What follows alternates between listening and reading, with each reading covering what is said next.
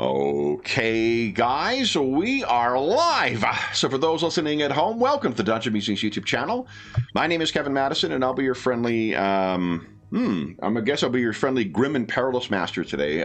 Only I will be your friendly second edition Grim and Perilous Master, because today we are, so we had a session scheduled of our regular ongoing Warhammer Fantasy Roleplay 4th edition campaign, but we were down players, and we're at a point where playing with only 2 players may be hazardous for our heroes, so we're using this opportunity to return to a game we played actually before we were running quite a bit of 4th edition, and that is Warhammer Fantasy Roleplay 2nd edition. We ran a short campaign of this set in Bretonia several years ago, but we haven't returned to it in quite a while. So I thought it would be fun to go back to this, having played so much 4th edition as of late. If you're not familiar with the ongoing Warhammer Fantasy Roleplay 4th edition campaign, well, welcome. This, on our channel, what we typically do in some of our ongoing campaigns is we play what we call war stories, where we play a game where it's set in the same world, but it's sometimes using a different RPG, and it's using different characters, and it gives the players a chance to play something a little different for usual, and it also allows us to fill in story in different parts of the world through different eyes. And as befitting Warhammer, rather than calling this a war story, I'm calling this a Warhammer story. And we'll see it based on the characters we're playing today, why Warhammer story would also apply. With me today for our war story or Warhammer story, I guess, are 2 luminaries of the Dungeon Musings YouTube channel and 2 stars of our ongoing Warhammer Fantasy Roleplay 4th edition campaign. That is John and Sean. So guys, who are you playing today? John, we'll start with you. See, I'm playing Brother Elmeric. He is a knight priest of Sigmar. Very nice. And Sean, who are you playing today? I'm playing Brother Uldric. He is a human high priest of Sigmar. Very nice. So, for context, this is taking place for our players. This is taking place at basically the same time as our current adventure. So where you guys find yourself having just left the lands of the Rasburgers and making your way into the lands of the Kreutzfelds. This, however, takes place in the lands of the Durenbachs. So, for those who are not familiar, who may be first time here, you 2 are part of a retinue of 10 knights that accompanied another knight. Oh, what was his name? Here we go. Got my notes. Got my notes.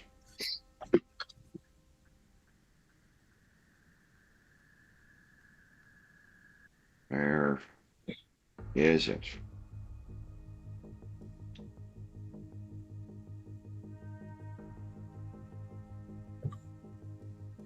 Because it was the...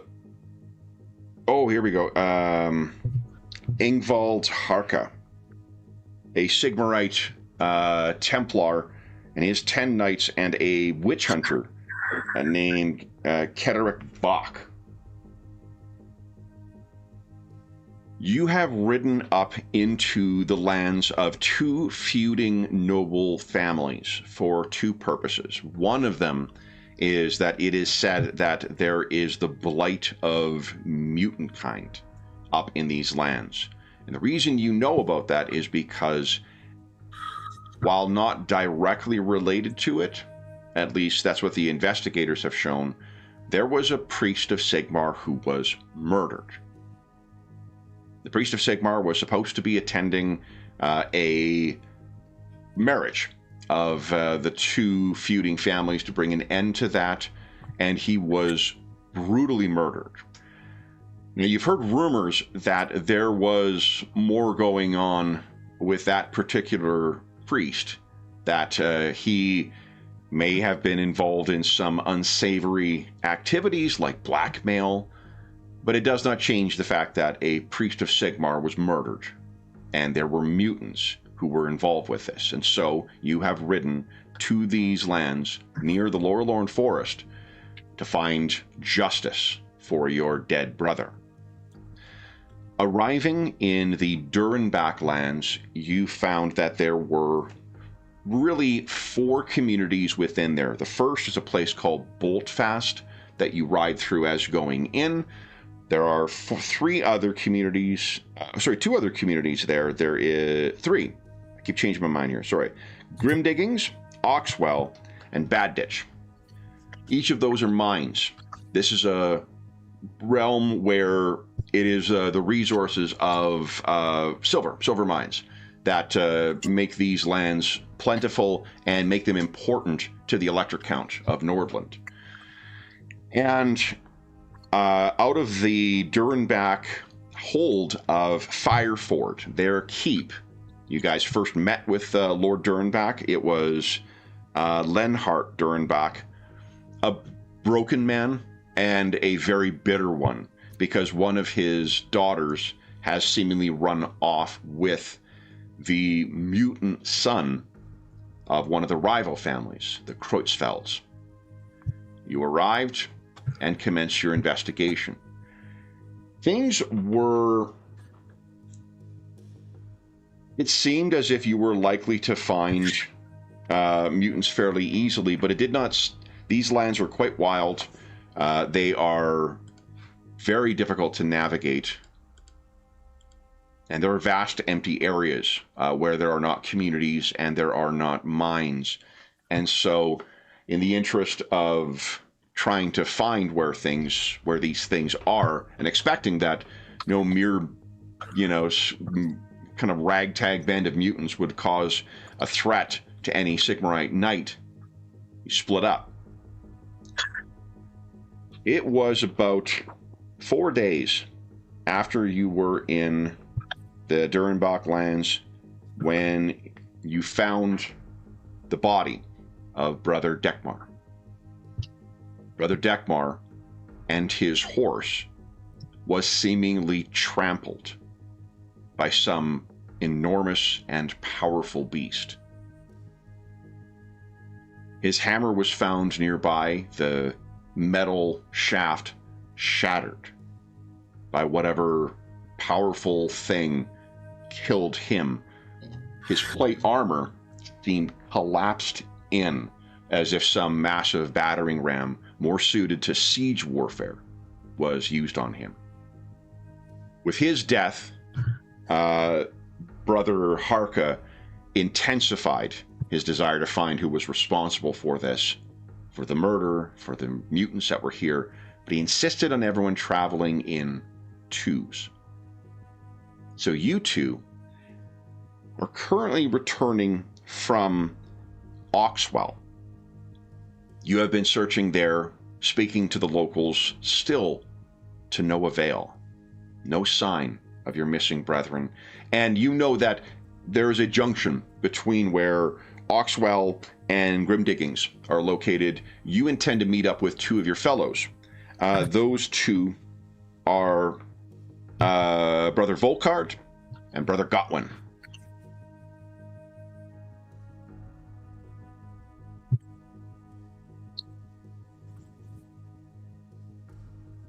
For your characters, while these are pre-gens, I followed the life path system for this. So to give you some purchase for your role playing for today, Brother Elmeric, you came to the faith later in life.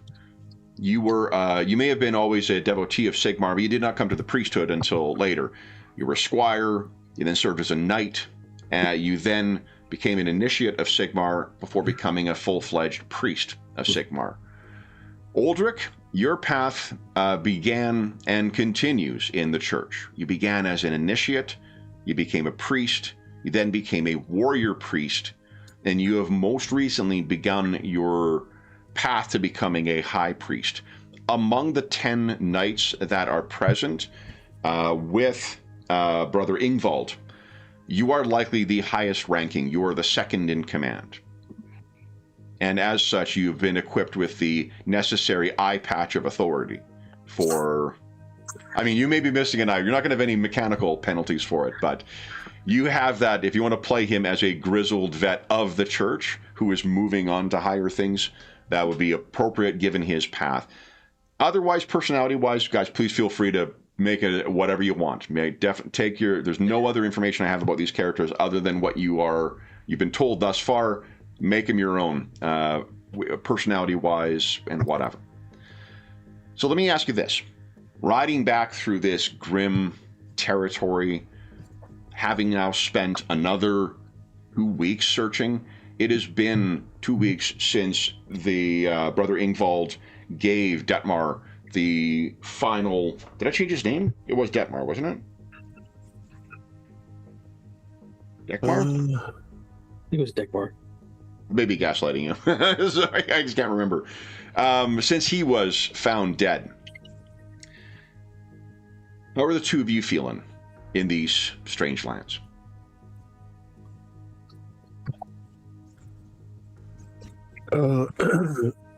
Let's see. Imagining, Go ahead, yeah. imagining Elmeric is quite gruff at the moment. Now that we've lost another one of our brotherhood to some unknown beast, and we can't find hide or hail of these mutants we're after. So yeah, he's probably just mumbling and spending time cleaning his weapon, more so than usual. Okay. And he's got an enormous, great hammer. Mm-hmm.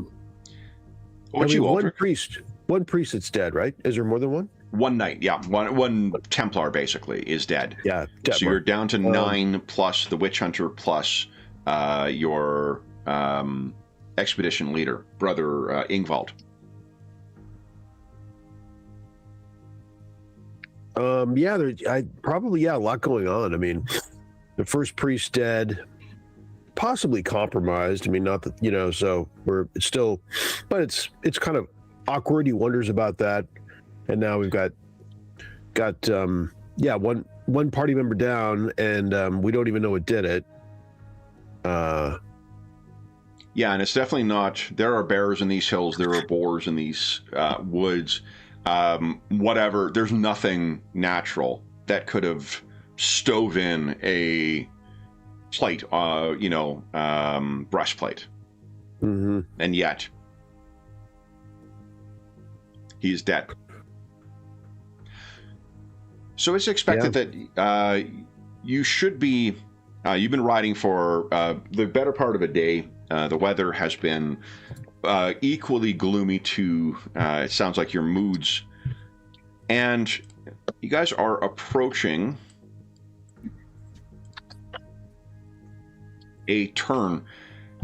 And I couldn't find quite a great spot for this, but I'd like you to picture a place that has, at least on one side, a high rocky outcropping.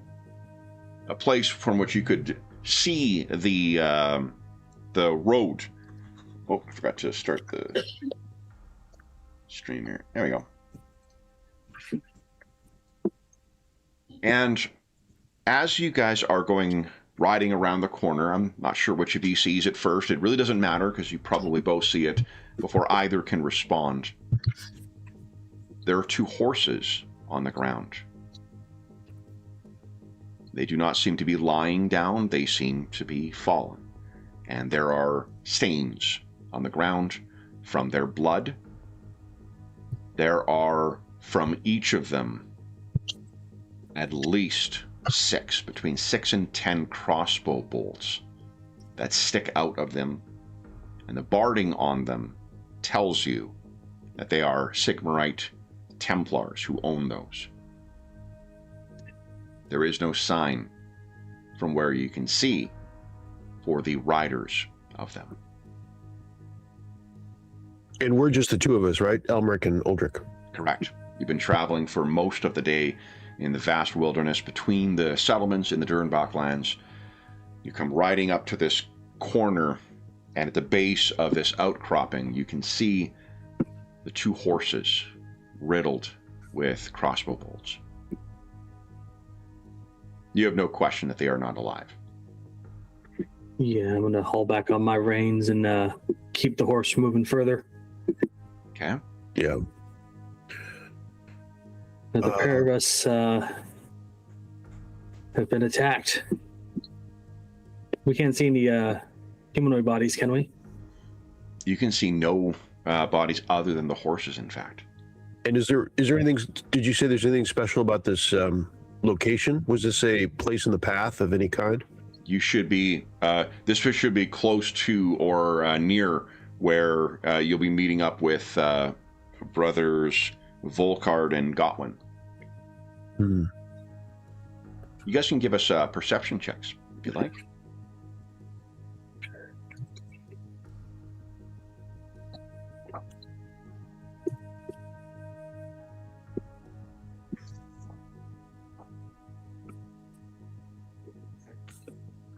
Nice. So, Aldrich, what you can tell is there's even from this distance, while this is hard-packed land, you can tell that there was a big enough group here to have been fussing around, and it looks like there are things that were sort of dragged deeper into the forest, away from where they fell. So if there were mounted soldiers, there was a group of people who were fussing around these horses after they fell, and it looks like something may have been dragged off to the right side of the road from where you are looking. And Almeric, your head snaps to the side, and you can see in the distance through the woods, birds going alight. You heard the sound of steel on steel, and you think you heard the battle cry of one of your fellows. It may have been Gotwin, but it's somewhere in the woods. It sounds like it's at least a mile away. We'll snap his head over to Aldrich as I have battled in the distance. Could be one of our brothers. I didn't hear it, Kevin, you say? You did not know. These forests are cursed. All right, if you heard it, lead on. He'll nod and snap his reins, and I know charging out into the woods with a horse is probably at full gallop is not the best thing to do, but we'll get a hefty trot in that direction. Okay. So this is an idea of what you're moving up, because it is sort of an uphill thing. You could navigate a horse through it. It is going to require a ride check. And I think, Brother Odric, I actually don't know if you're trained in ride. I have +10. Oh, there you go. Never mind. Ignore me. Then each of you give us a ride check, please. And I think, let's see here. I don't remember where you set the difficulty on the sheet. Does it prompt you for a difficulty, or do you have to? No, just a modifier. Oh, great. Okay, so then we'll make this challenging, which is -10. Okay, -10 modifier. Please. Oof. Critical fail. Well, Critical success. Use a fortune point then, right? Yeah, you can use support. Absolutely. Yeah. There you go. Great.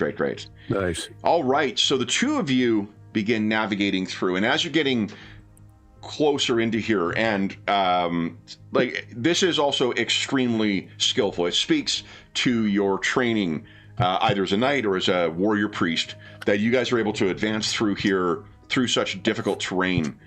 And it is a short period, mere minutes before you come across this, guys. You are down here. You are currently mounted, so I don't have your horse token for you, but I can grab one if you're going to remain token or mounted. This is what you find. These things have crossbows. We don't want our horses to get skewered, so we'll probably hop off and once we spot the danger, we'll hop off and. All right. So here's what you see, guys. Is there is this sort of this is very hilly terrain, and it is kind of like a little. It's not a box canyon because it's not nearly as long, but it's a little kind of canyon area where there appears to be, about 7 mutants, all with obvious deformities, but mostly human size. There is one that you can see has just knocked Brother Godwin to the ground. Brother Godwin looks very poor. He has several crossbow bolts sticking out of him. It is a testament to his training and faith that he was still standing. But there is one brute which looks like a normal human, a large man, but a normal human, but for the fact that it appears like a ram's bloody skull has pushed itself through his face. So where a human head would be, there is a ram's head that looks as if it's had a layer of skin freshly peeled back, wet and bloody. It bellows at Brother Godwin as it lands a hefty woodsman's axe into his side. He cries and falls. But guys, let's roll some initiative. Combat tab right now. Yeah, I think there is on the maybe the first tab. Combat tab, just the right of your fellowship is an initiative roll. Oh, perfect. Okay, and additional dice? No. Yeah, you can spend your fortune if you choose. What?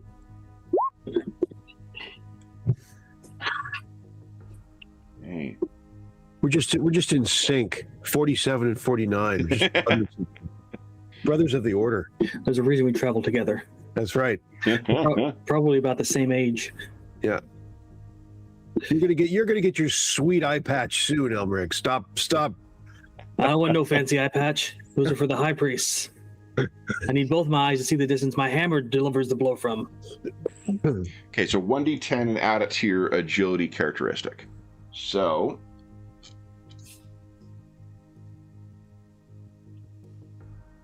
these fellers.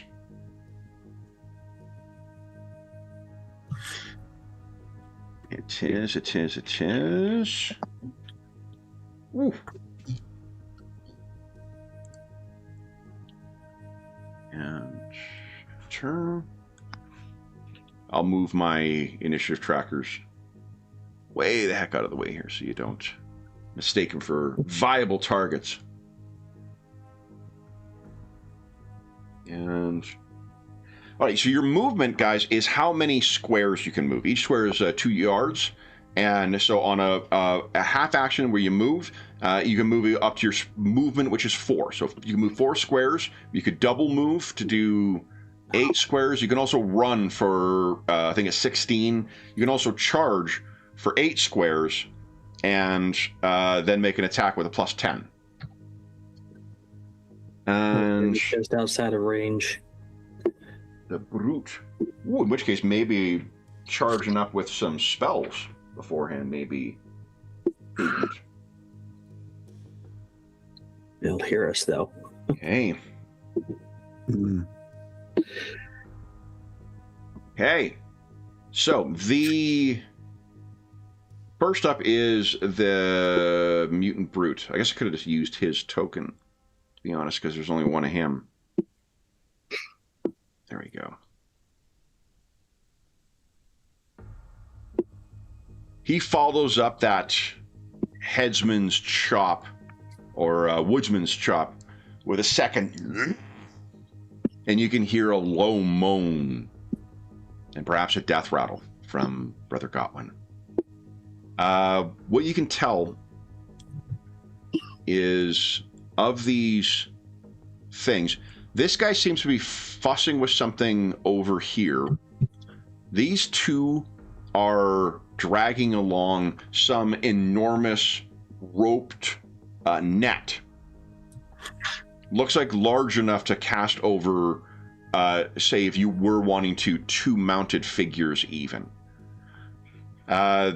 These two have hand weapons out and seem like they have been fighting Brother Godwin.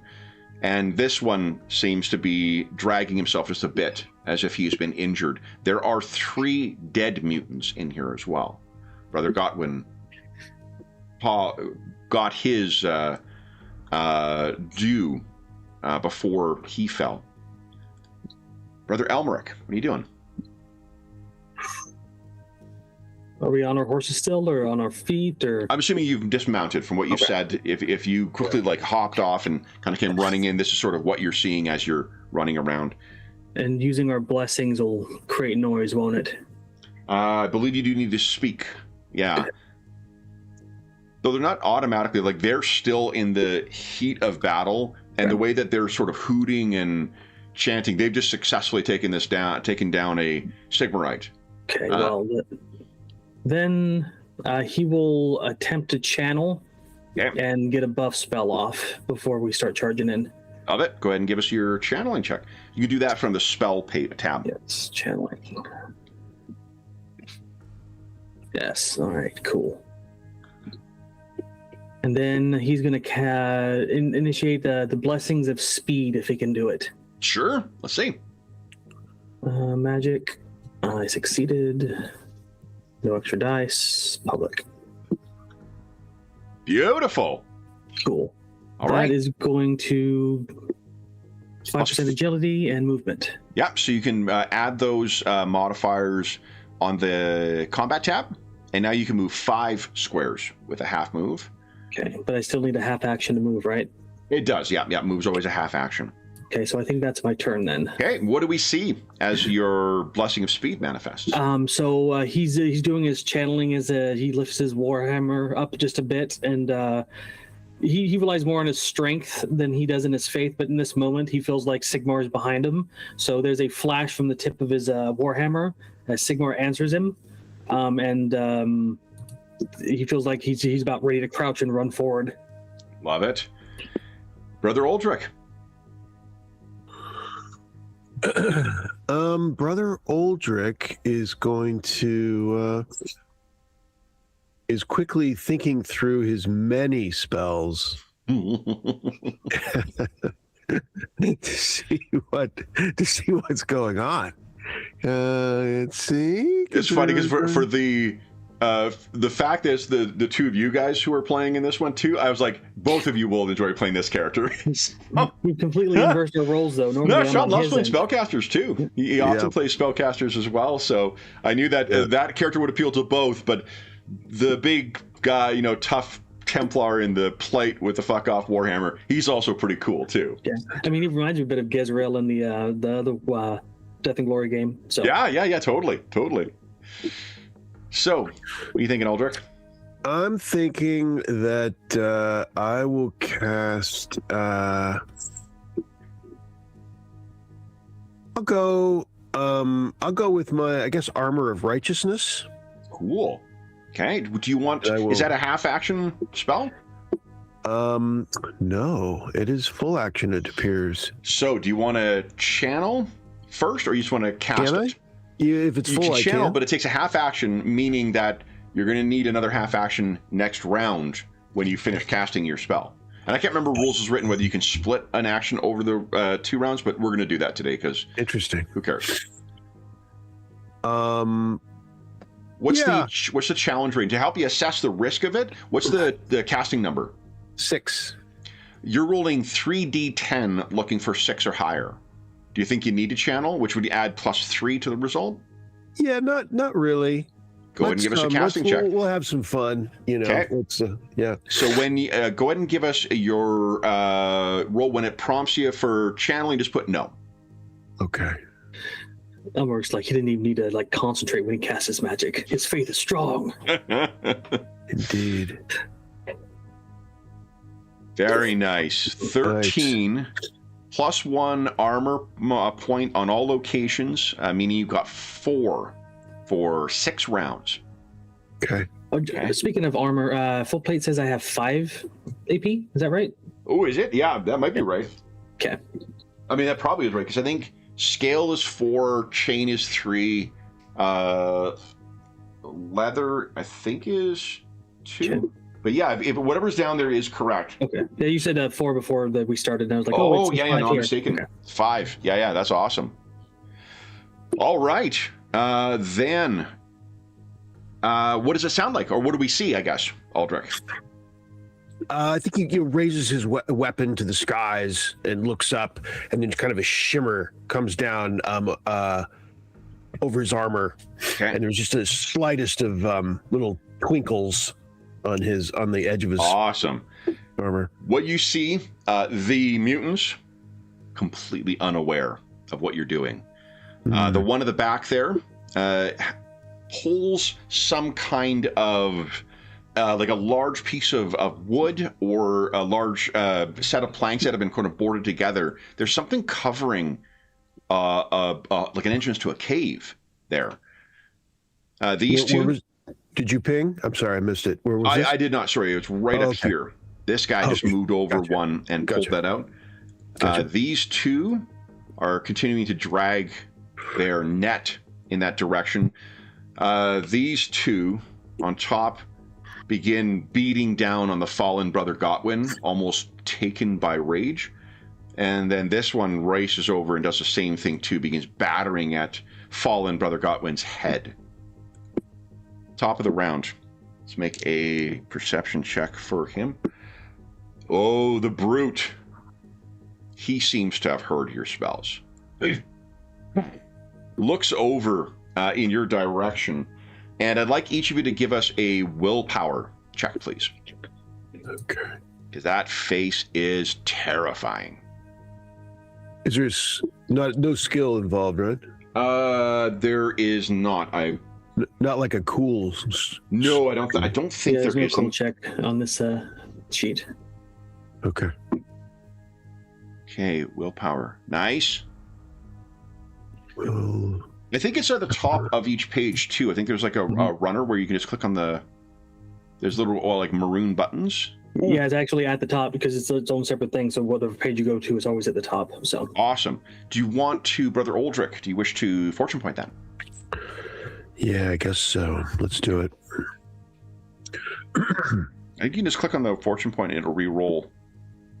Oh. Yeah, it won't spend your fortune point, I don't think. Shit. There is. Okay. So in spite of this, now do you don't have any bonuses against fear, do you? That would be under talent? Is that what that'd be? Yeah, I think so. I don't think you do, but let's double check here. Oh, there's a penalty to casting an armor, is there? There is normally, but your armor is 3 AP, which is why you don't get any penalty because of your armor casting talent. Very good. Let's see here. I don't think there is. So then what it means is Aldrich, seeing this thing, you stagger for a moment. And what it means is just you're going to get a chance to make another fear check at the start of each round. You are currently struck with terror by this thing. Well, they're just pounding on Godwin and like going after his head. I mean, it's a lot to take. Yeah. I believe each of you has a petty magic spell that allows you to dismiss fear as well. But Almeric, what are you doing? Oh, he'll start moving towards you too. Let me think. 1, 4, so over here. Excellent. Well, it means I'm charging in to hit him. Okay. He sees it, and my speed is a 5 now, so I can charge 20. But I'm just gonna run right up and. Do I have range with this Warhammer? No reach. Okay. Gonna dart up in there, and he just Sigmar claims you. Okay. Go ahead. So you'll have a situational modifier plus 10 to your attack. Okay. 10. Public. Beautiful. Okay, so that is a huge hit. I did reserve a half action for parrying. Okay. So let me see. I'll roll in chat. And my chance to parry. So the same as the other game, you got to beat their successes? No, you just have to get it. The way it changes is because of the action economy. Because you have to sort of choose when you're doing it. That is the way. And there's also things you can do like that'll like impose penalties. A feint would impose penalties on that on your parry chance. But rather than having the constant parries the way there is in 4E, you have to kind of pick your parry. I just noticed my Comet of Sigmar spell. Man, it's a pretty fucking cool spell. That's a pretty interesting spell. Yeah. Gotta give some thought to some of these. All right, so then this thing swings. I have a 51% chance of success. Oh, that headsman's axe or the lumberjack's axe batters your thing aside. Is dodging just free, or do you have to reserve a defense? You can dodge for free once per turn. Yes, you can dodge once per turn, but you need to be trained in that. Not anybody can train. Both of you were trained to dodge blow, but. And then if you have a shield or a weapon in in your offhand, you also get one free parry. Whoever designed this Roll20 upgrades for the little, condition things we can add to our tokens needs to not default to the number in the search button. It's annoying. Oh. Okay, so Brother Elmeric, you have Judge is a full. Charged in, and then he just batters aside. Brother Aldrich, give us another willpower check, please. All right, willpower. That's right, I might throw it off for free. Oh, so close. All right, let me double check. You could do anything while in fear. I looked at this again yesterday. Oh, guys, I found the rule for green pox. Don't worry. Nice. I'm worried. I mean, we might not live long enough to worry about it, but... I have full faith in you guys. Just because this beast has managed to get you once. Can you cast two things in the same turn, Kevin? I don't think you have any restriction against casting more. It's the action economy that'll... Yep. Okay. So I'm debating on addressing my fear and then casting something else too. Yeah, so I want to check the fear, see if you can actually do something beyond just stand in terror. Oh. Like, there's a difference between fear and terror. Gotcha. Fear doesn't cause you to gain insanity points, for instance. And I have a talent against insanity, so if that comes in, I'll have to... Yeah, which is cool, because it raises the cap for how much horrible shit you can be exposed to. Yeah. Okay. So if a character that fails a fear test is said to be frightened. Frightened character cannot move, fight, dodge, or take any action on that round. On the following round, character can make another fear test with the same consequences. You keep doing until... Shit, so you're kind of stuck. Do you want to spend another fortune point? I think it's your last for now, but... He's got 2 left, I think. I think he failed to take one off from the last re-roll. Or wait, you've only spent one? I used one, he used one. Oh, my mistake. Sorry. So do you want... Yeah, you got... GM's all over us, Jonathan. We got to keep an eye on this guy. He's got us outnumbered, so... Christmas. Do you want to spend a fortune point and re-roll then? I think I better. Okay. All right. Willpower. Here we go. Oh, you can just click use fortune point and it'll re-roll. Oh, it's like the Savage World sheet. Yes. There you go. There we go. What is it that causes you to rally yourself, brother? I mean, I want to say maybe even Elric looks behind him. My compatriot. Where'd you go? Where is he? We'll turn around. Get your old ass over here. We have fight. And I was in, that kind of, shock is a little strong, maybe, but right in there, kind of. Oh, and I yeah. All right, so you have you either have a full round action or 2 half actions. What you doing, Aldrich? 2 half actions. I might have to just pull it out for fun. Sean, this is a kid show. Come on, I'm showing you Sigmar's Twin Tail Comets. Demonetized, right? Grim and perilous, indeed. First half hour, we're fine. Yeah, I mean that comet of Sigmar is just too juicy right there. I had a feeling that might appeal. So, do you want to do that? Yeah, I mean, I snapped to and I let loose. Let's have some fun again. All right. So do you now? First off, is it a half action or full action? It is a half. Do you want to channel or you could move? Well, it's cast number 16, so I think I better. I think I better channel. You got it. Give us a channeling check. You should be able to do that from the spells tab as well. Quick question, Kev. It says attacks 2 for me. What does that mean? That means just like in 3.5 or Pathfinder 1, if you're stationary, you can take a full round action to do a swift attack. You can attack as many times as your attack score is. Okay.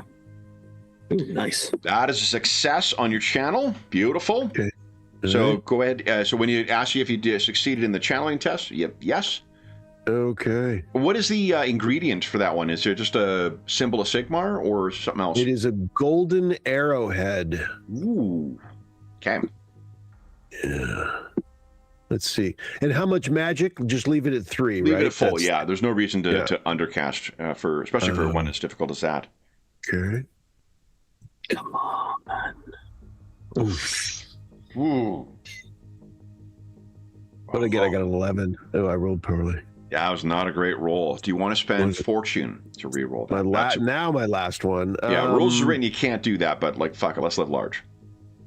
What usually you can re-roll, not spells, huh? Usually it's only tests. Yeah, it's a characteristic or skill test. Rules is written, but like, I gotcha. Really fussed. Yeah, it's probably. Are we getting more every half hour kind of thing, or how are we doing that? No, well, yeah. Let's do one. You'll do another one every half hour. This will give you a pretty intense session. Okay. Yeah, I'll spend it. Spend it. Here we go. Come on, big money. All right. No reroll thing, so I'll just do it again, right? There's no reroll in this one, yeah, because this one we're house ruling that. Oh, right. Come on, there you go. All right, so it is a missile. The way magic missiles roll, give us a D10 roll, please. We're adding 6 to that. Okay. Oh, and let me check this thing's toughness. Unless it says D10. otherwise. It does not pierce armor. Some missiles or some damaging spells pierce armor. This is subject to the Fury of Ulrich, just like any other. So if you want to do 1d10 exclamation mark, Ulrich. Okay. So technically we would need to roll for second hit. 1d10 plus 6, right? 1d10 exclamation mark plus 6. Hey, 10. All right, so then look at this. What does your fiery missile of Sigmar look like?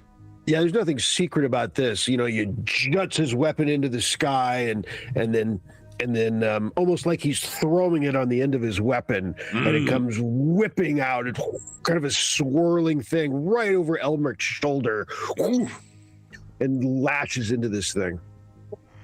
And I'm screaming and hollering and all sorts of bluster, Sigmar. So 9 o'clock going everywhere. 9 o'clock my time. Why doesn't everyone take a fortune point? Okay. Okay. Then it is the rest of the mutants. All right. So this one actually can move over and try and get you, Elmeric. Okay. So I don't, and you don't. Here's the other thing: you do not have to decide whether to parry or to dodge, because you only get 1 dodge per round. You don't do that until you see a successful attack on you. Gotcha. Well, I was going to save it for the mutant. Can you with your charge? Let me double check here. Don't know all the rules on that, so yeah, I'm just double checking here. It's on. All right, charge attack. Plus 10. Other than taking a full round and requiring a minimum of 4 yards distance, no other penalty. It's not like a penalty to your defenses or anything. So, and yeah, once a hit is scored before damage is rolled, the character can try and dodge if he has the skill and is aware of the attack. All right, so let me see if this little fella hits you. Yeah, and it's just like a board with a nail kind of thing that they're using. Club. That is a miss. Yeah. The other 2, can they charge? 2, 3, 4, 5. I think they can. All right. Now I hear you guys. You're thinking, Kev, is there a block of modifiers in this game? Guys, there is. Thank goodness.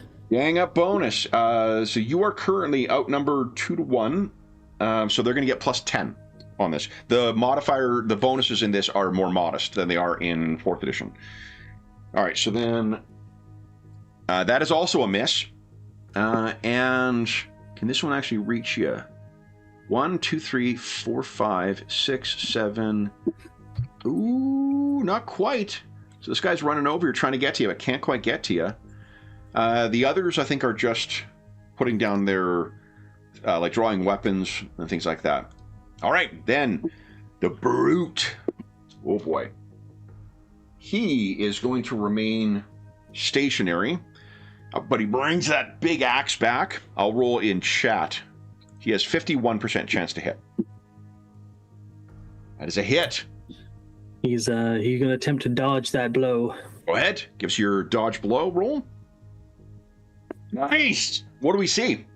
Just as he batted the Warhammer side, and he thinks he's created an opening with his minions, Elmer lets the heavy weight of the weapon pull him back just far enough to dodge it, and then swings back in. Beautiful. All right, then I am making his second attack. He does have 2 attacks. Gotcha. So here it is. Miss. You are off balance. Swings at you and misses. Brother Elmeric, your turn. What are you doing? As much as he wants to strike down this brute, he knows that being swarmed is not what you want to do, so he's going to full attack. Love it. Swift attack, technically, in this game, but yeah. What is it? Swift attack. What's the all-out attack, though? All-out attack is one of the advanced moves. Guys, we're moving into the advanced moves now. Easy, Jonathan. Easy. Here we go. I'm not alone like Godwin is. You need to watch my back. You gain plus 20% to your weapon skill. However, until your next turn, you cannot parry or dodge. That's not happening. Okay. We'll do the swift attack then. Okay.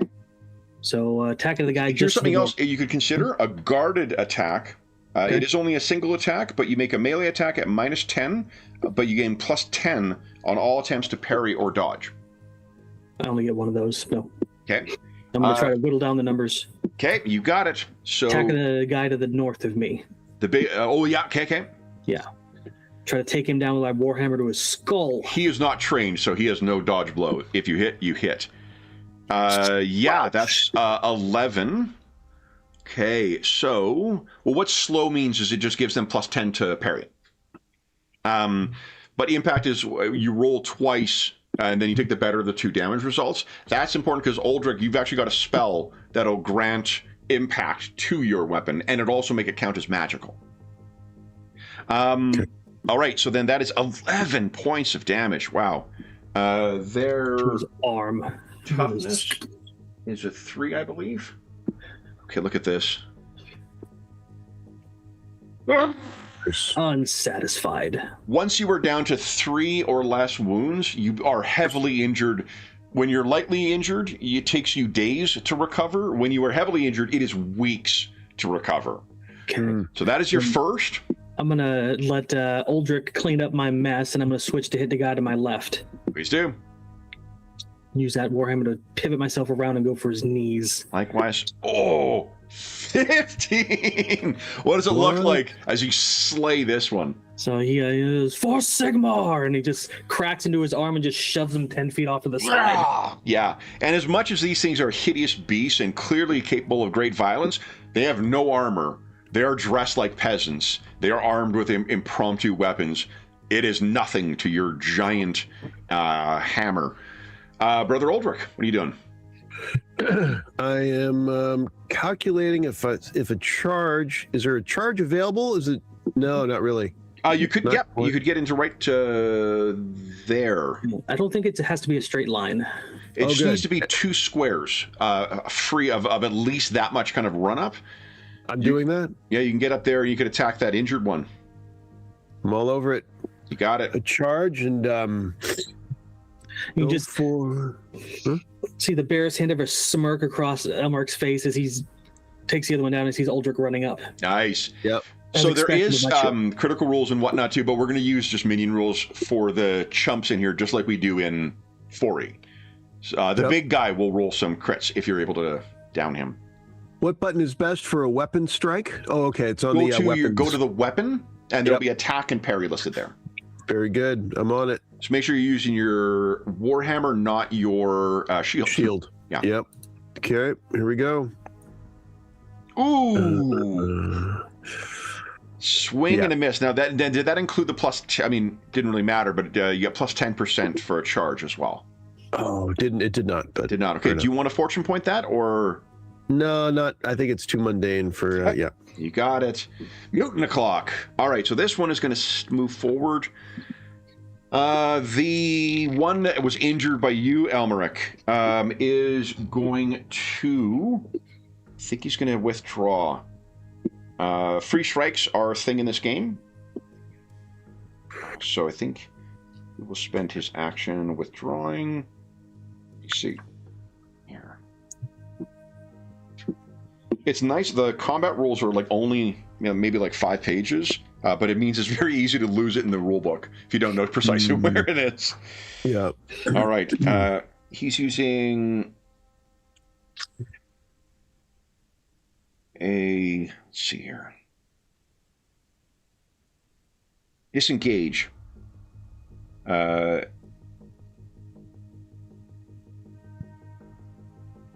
Let's see here.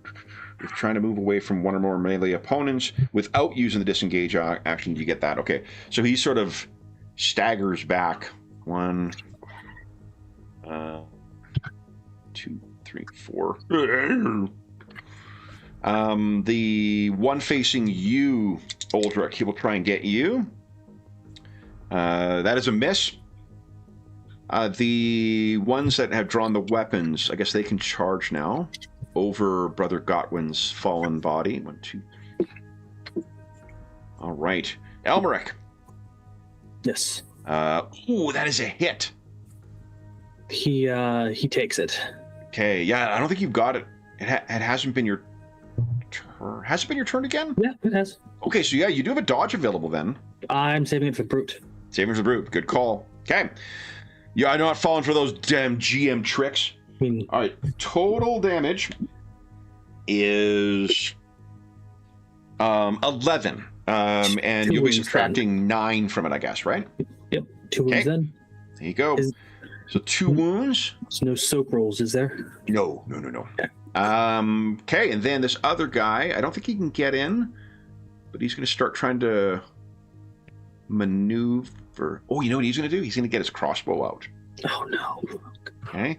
This fella Uldric, you're up. Go get move that guy. over here, and he's starting to get his crossbow out as well.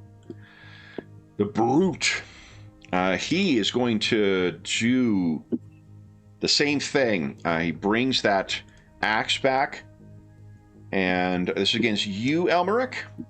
Oh, that's a hit. Yeah, I definitely want to dodge that one. Okay. Or try to. Come on.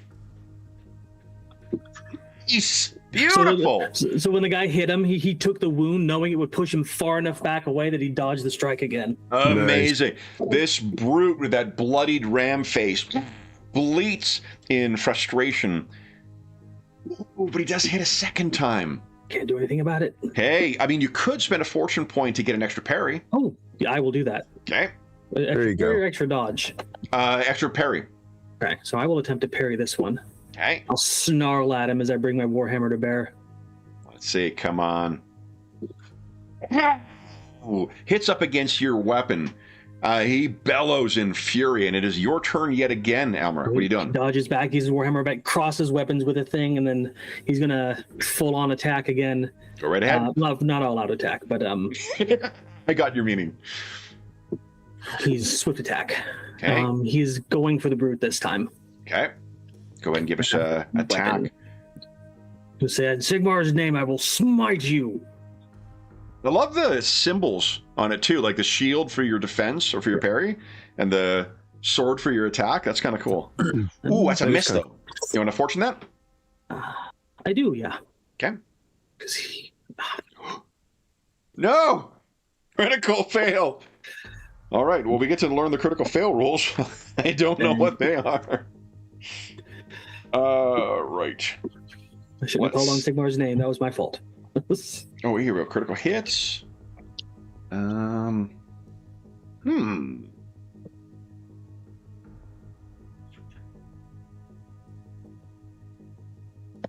I don't know what a critical fail does.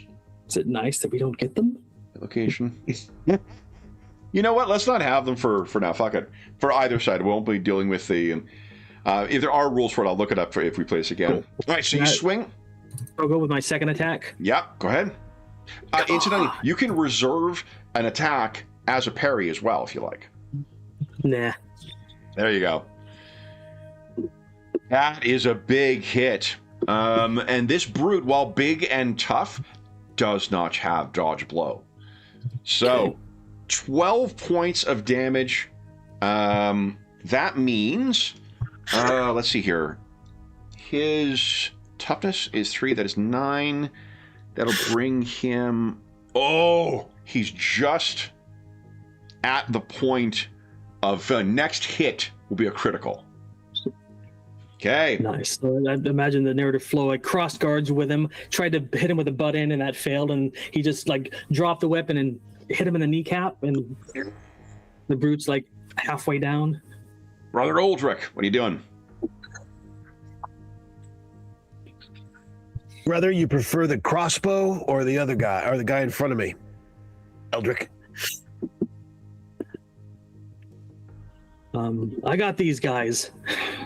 All right, I hurl a comet at if I'm able to in melee. I don't know if this is a terrible idea. At the.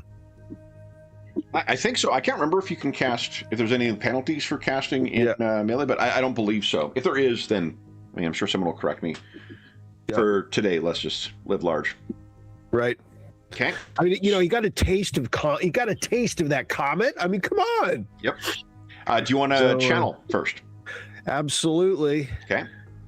I think it's almost mandatory with the comet. All right, here we go. Yeah, it's a tough spell to get off. It's a tough one. Go. Nice. Your prayer will be answered.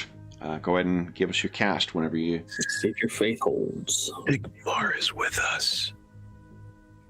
Go. You succeeded. Yeah. Nice. All right. This fiery bolt goes out. Which one were you hitting? The one that was loading the crossbow? The crossbow. I think it was that guy. If I'm wrong, the crossbow guy. This is the injured guy who was fleeing or retreating at least. Right. This guy has moved over and drawn his crossbow. This one is in the midst of loading the crossbow. So he is, and that guy's still just double checking. This guy's further along. They're all in range. Okay. Yeah. I'll go the further along guy. Okay. 1d10 exclamation mark plus 6. Come on, explode. Okay. 6. Hey. There you go. 13 damage. Wow. So look at this. Nice. So close. Incredible. All right. He yelps and drops the crossbow. All right. So their turn. He has dropped the crossbow. He's running over here and disappearing into that hole. This guy, 1, 2, 3, is actually running and likewise disappears into that hole. This fella has drawn, he's loading his crossbow.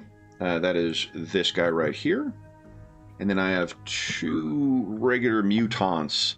Elmeric, one is trying to get you. That is a miss. And then one with you, Aldrich. That is a miss as well. The brute. Oof. I mean, he is just taken with fury. I think you hear him sputter out. You can imagine the difficulty of trying to enunciate human speech with a ram's head.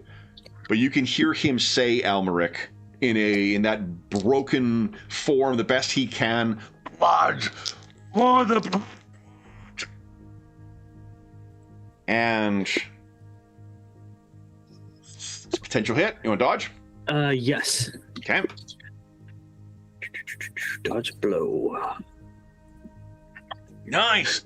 Out of the way. His follow-up. Oh, another hit.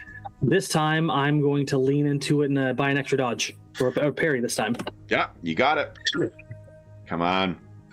Parry, weapons, parry. Damn. Close. Are you out of fortune points? Yep. Ooh. All right, so he does have impact with this. So I have to roll 2 dice. Ooh. That is 15 damage. 6 gets through then. Okay. And that was his second attack. He is out, and you can see him. He's thrilled that he's managed to strike you. Brother Elmerick, what are you doing? He will grit his, blood-covered teeth now that he's took a decent wound and says, "Savior, please, for mercy for your God." And he'll raise his hammer up high. Okay. Ooh! 27.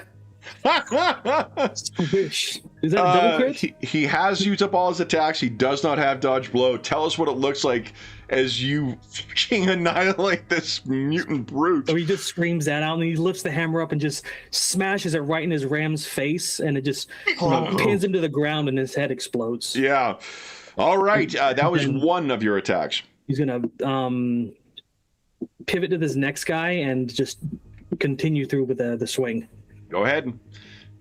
And you die. Oh, dang it, I missed. Oh, nuts. I got blood in my eyes for the explorer. Brother Aldrich. Time for a hammer blow on this one right in front of me. Go right ahead. Okay. They don't have dodge blow. They reserve nothing for defenses for parry. Here we go. You have fortune that?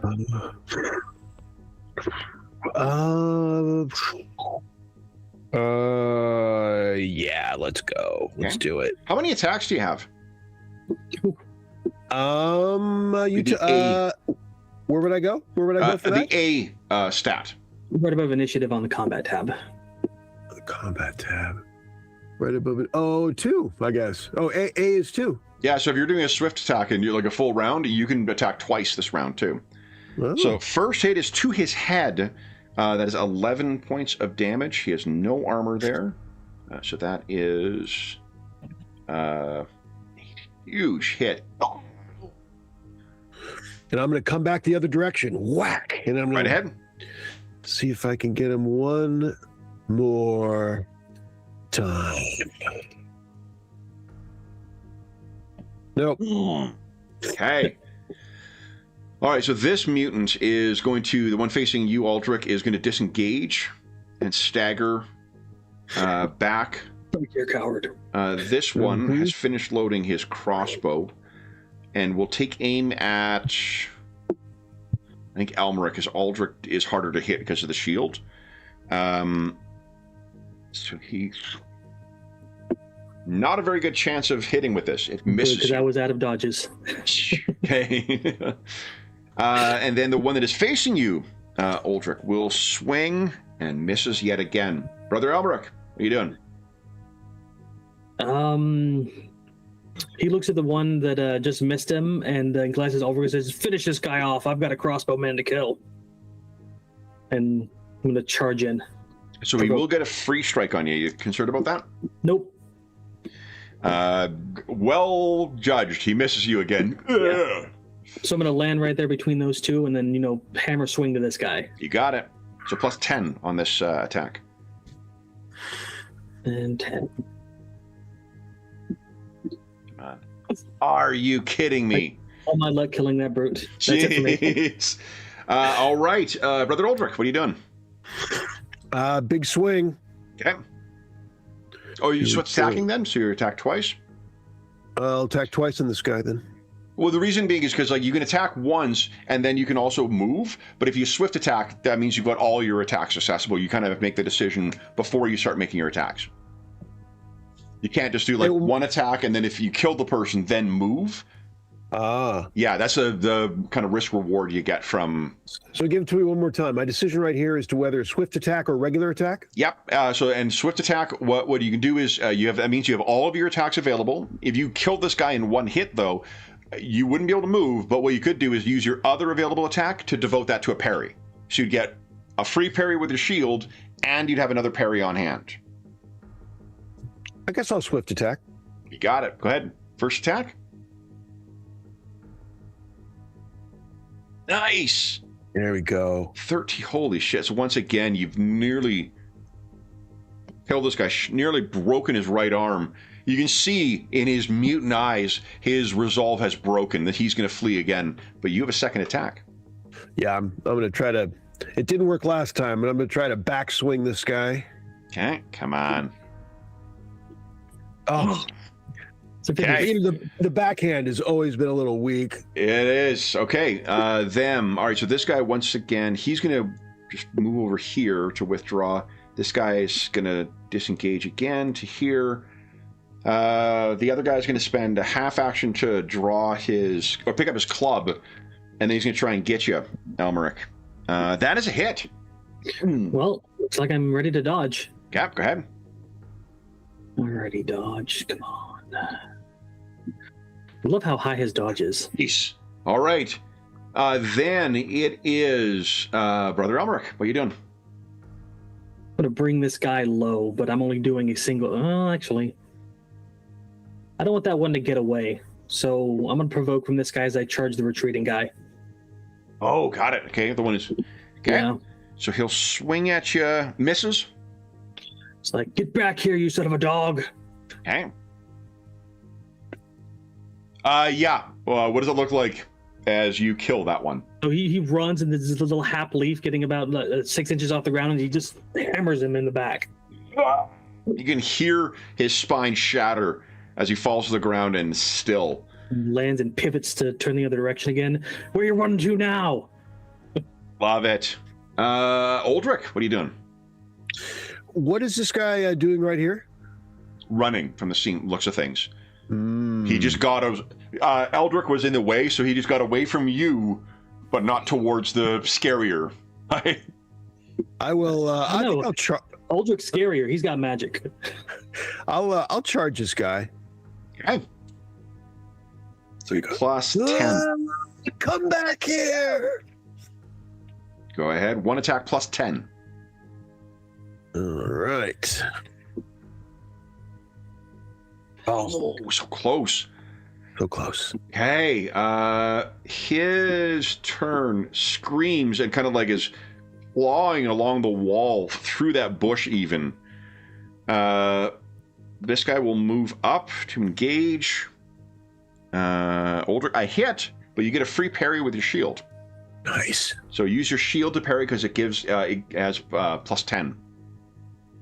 Should I put 10 in the modifier? No, it'll automatically do that for you. You see where it says like defensive or impact? I've got it selected for you, so it'll automatically add that bonus. Nice. Okay, so he swings this club. Ooh, your shield interposes. Then it is... I guess that's it. I'm out of... I guess we're killing all my mutants. Almeric, what are you doing? Charging there. Okay. Gonna swing on this guy. Go ahead. Crawling up walls won't save you. Yeah. Another. Whoa. Down he goes. Aldrich. I'm going to Warhammer on this guy. You got it. All right. Here it comes. Nice. Crit confirmed 14 points. Sorry, they did not confirm. That's where the red is from.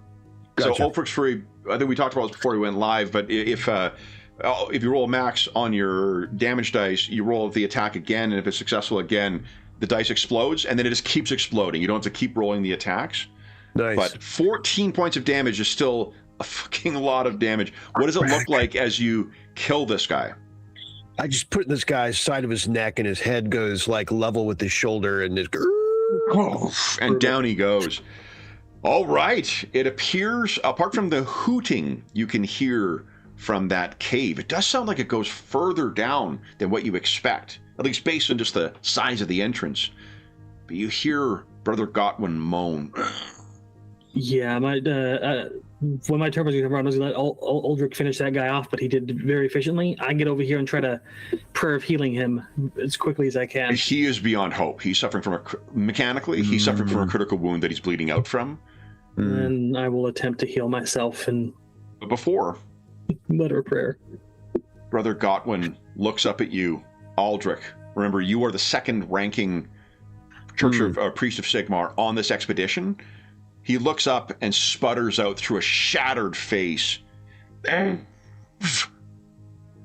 Volkard! I'll put my hand on his Paulette. Is that correct? Paulette? The shoulder? Yeah. The shoulder. Pauldron, I think? Oh. Yeah, Pauldron. We'll get him, brother. We'll get him. With that, you can see the tension finally eases. And he passes, fallen in Sigmar's service. Take him, Sigmar. Receive him. And I'll close his eyes, the classic eye close. Yeah. Elmeric, you mentioned you want to cast a healing spell on yourself? Yeah, I think I can only heal 1 hit point, but I think Uldric might be able to help me too. Uldric will certainly, Uldric has a more potent healing. Oh, yeah, if he's got that, let's go with that one first. I mean, both can be used, though. Like, yours can only be used once. His can be used multiple times and heals more. There's no reason to not try both. Okay. So do you want to channel first, Elmeric? For sure. Okay. No, so Okay. guess I'm just running this on raw magic then. Okay. Come on. Failed. I love how it defaults to I failed. Yeah. There we are. Okay, beautiful. So you healed 1 wound. Nice. And then Brother Uldric. You can see that Elmeric has taken some wounds, even in spite of how tough he is and how armored he is. Yeah, I have my. I like reopen my eyes because I was saying a little prayer, and then I go over. I'll go over to Elmeric, and my more powerful one seems to be Healing Hand. I think. Yeah. The brute was vicious. Do you want to channel first? Yes, I do, and I will put a hand on Elmeric's chest and start the ritual words. Let's see. There we go. Success. Beautiful. And Healing Hand.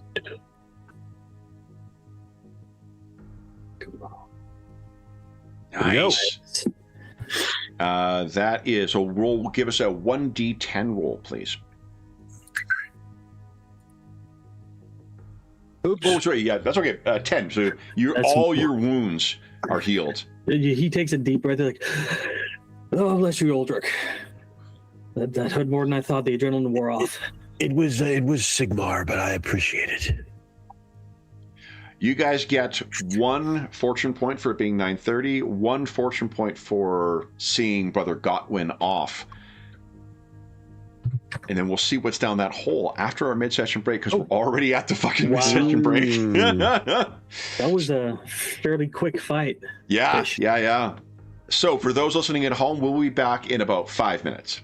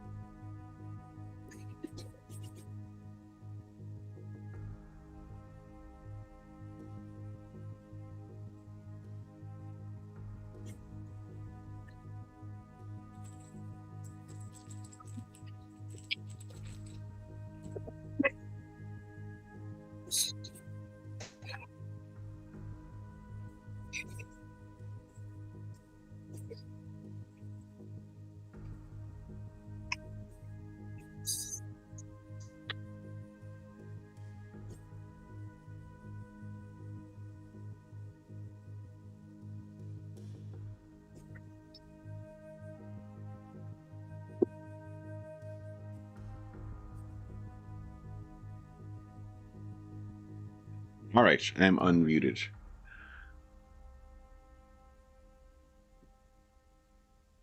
I should check something here. All right. I'm surprised at how much healing Eldrick spell did. Yeah. It was a good roll on it. Like, it could have gone just the one, but I like the... There's a lot of little things about this edition I think are really quite fun. And being used to the other one, it's like 1 hit point or 2 after a battle. He is quite... Like, these guys are probably not quite as experienced as your characters are in the 4E game, but they're around that level. So, like, they're not starting characters, but yeah, it's And Albert just felt weighty when he was swinging that hammer around. It's an interesting thing, I think, with the... Like, there's definitely the sort of swinginess where you can miss, like 40% of the time or whatever. It's going to feel not as like I'm hitting every time, but with the tactical options you've got where you can get that plus 20% to hit at the expense of your defenses, like there's some other interesting tactical decisions you get to make that we don't do in 4E. Like 4E has a complexity to it that is different than this, but I kind of like... I also like how fast it moves along too. Like if an enemy misses, it's not a big deal. It's only really when that hit happens, then things get a little intense. Mm-hmm. Okay. All right, so you guys have recovered. Is this what I want? Yeah, fuck it. I will use that. I don't really have a specific image for the other thing. Let's see here. Grab your tokens. All right, so guys, your brother is dead. Now there are 2 of you dead and 1 of you seemingly taken into this cave. What do you guys do? What else there is to do but recover our brother before he's... Well, whether he's alive or dead. Indeed. Okay. The cave will not have any lighting in it. So I don't know. I didn't give you guys gear or whatnot, but so you could use a torch or something like that. But I believe, maybe I'm wrong, but I thought one of you has a light type spell as well. Not me. Not among you. Do you, Aldrich, have a way of creating light? Let's see here. Can't remember what spells you have. It's not immediately obvious. See, plus my Comet of Sigmar, no. Hammer, Healing Hand, Soulfire, no. Oh, maybe not. Maybe not. Oh, so then, guys, I do know that my lighting sources are on my GM screen. Sure, we got torches on our horses. We can grab if we need them. Indeed. So we'll take up a hand. Who is going to be carrying a torch? I'm a shield guy. If you could. I'm a 2-handed guy. We both have this situation. I mean, if Sigmar blessed me with a larger mouth, I could hold it in my teeth, but... I guess I have to strap my shield to my back.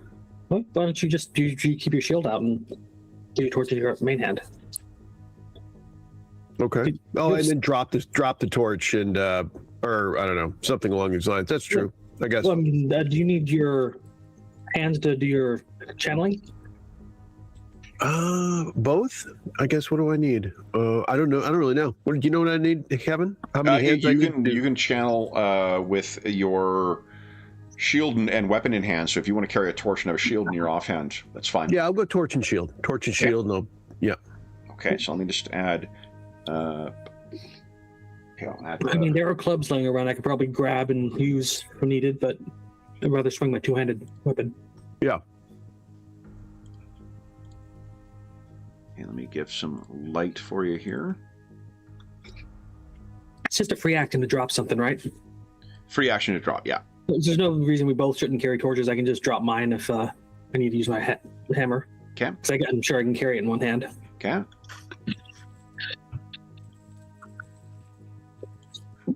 All right. Then, let me grab your tokens here. And let's put you in. So this is not going to be a perfect replica, but it'll give you a sense of the natural cave you're stepping into. All right. By the time you step in here, the hooting of the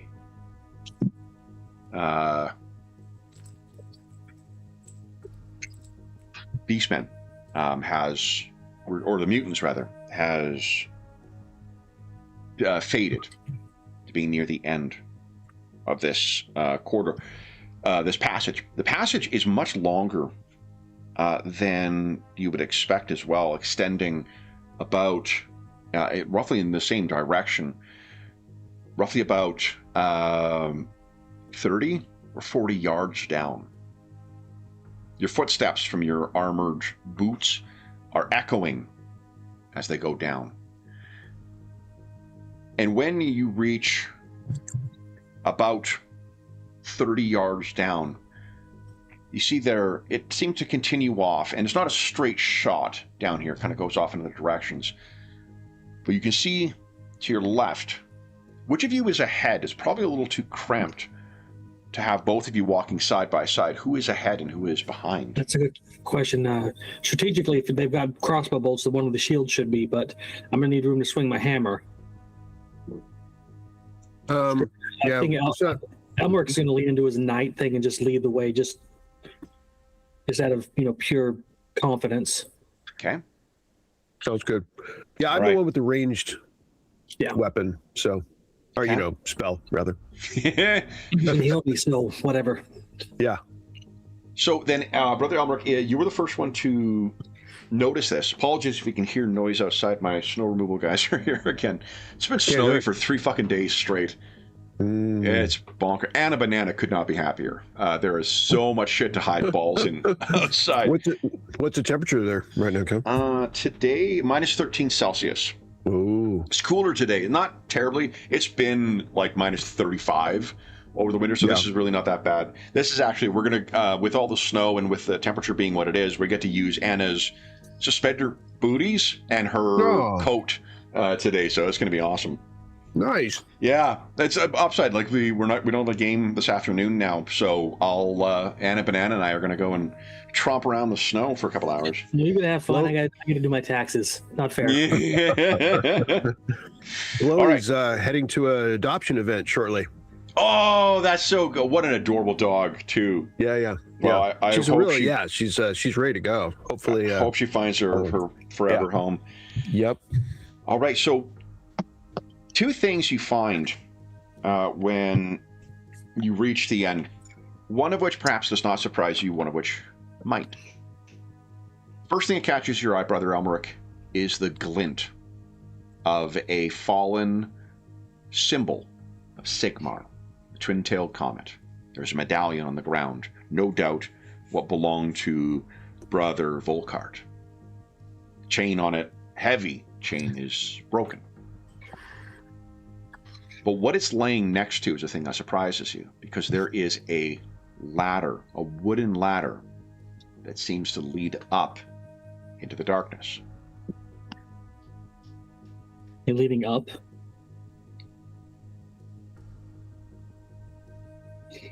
Bothers me more than if it led down. And I mean, you need not make a perception check for this, but if you're standing here looking up, like, you saw how high the surrounding terrain was too. The distance of your torch only goes 10 yards for light.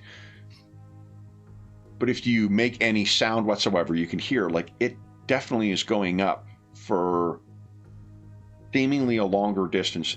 There was a gradual slope to this passage as you were making your way down, but not nearly enough to justify the distance that this ladder seems to lead up. So we have 2 directions. We could keep going down or go up the ladder, right? It seems clear that there's nothing further down. It seems that amulet was at the base of this ladder, and this ladder leads up. It must have gone up. So, Elmore, he'll like kneel down and pick up that holy symbol. Yeah. I figure it's just like dog tags. We don't leave them behind. And then he'll take his hammer, put it behind his back, secure it, and then make ready to climb up it. Okay. I'll take your torch. Well, I mean, can you climb with the torch? I'm one-handed. All right. That's what I mean. I've seen people do it with just their feet, but don't do that. It's dangerous. Yeah, that seems especially in full for plate. critical fail. The old full plate thing, yeah, too. I mean, he's got a strength of 54, so that's not bad. Oh yeah, no, you're super strong. Give me a second. I'm just checking one skill here. Have a very strong talent too. Yeah. I love how they classify blessings as petty magic in this edition. Yeah.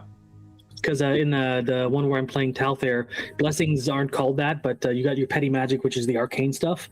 You can have blessings and petty magic together, but as soon as you go into like actual magic or miracles, you can't do that anymore. Yeah, like it's the petty magic. The magic system isn't different between, like, you have different spells, but the actual function and largely the mechanics are the same between casters and priests. That's, it means that you're not having a distinct flavor to it, but I do really like how the magic system works in this edition. All right, so what I was looking up, guys, is both of you, I believe, have a advanced skill called Magical Sense, sometimes known as Witch Sight. So if you are making on a successful check, it's an advanced skill, so it'll be on the right-hand side.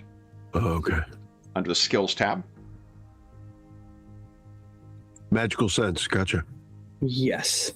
If you guys wish to make use of your Witch Sight, you certainly could try. Absolutely. This does seem... Ooh. Smell a witch. Wow, Both you're of you. really good at that. I am unusually good. I'm plus 20. Yeah, and he also has I think it adds to it, you've got Etheric Attunement as a talent that also adds plus 10 to channeling, I think, and plus 10 to Magical Sense. Oh. Yeah, so you've... and there's the eye patch works in somehow. I don't really. It's hard. I don't want to get into it, but it's in there. I don't know. Imagine half blinding yourself and the real world's like pirates at sea, under deck, over deck. Right. All right, so you guys look up, and the two of you, whatever it is that you need to do in order to trigger your witch sight, you both do. There is something obviously magical about this ladder that seems to lead up an impossible distance. Probably needs to be magical to handle the stretches, the stresses of the climb. No, I mean, like, from where the top of the ground was to where you are, even accounting for the slope, this ladder goes up further than would be possible, unless you've reached a point where there is suddenly a giant hill or something. This ladder goes up to the point where it should just be going to the surface, but it seems to keep going. Would they call it mathematics at this time? Would that be the word they'd use, mathematics? Yeah. I don't think either of you are necessarily scholars, though. I was just going to refer to like the unnatural mathematics in this cavern. Yeah, that would buy. Yeah. Yeah. So, the ladder only affords room for one person first. Elmark, are you continuing to take the lead? Absolutely. All right. If I come tumbling down, please spare me from meeting Sigmar before my time. I will catch you on my torch, brother. Fear not, I joke. In the darkness of the cave. Okay. Let me give me 1 second here. I need to make one very quick adjustment here. Sometimes it's refreshing to play characters that don't have a lot of magic. I know what I do. I know my purpose. Let's do this.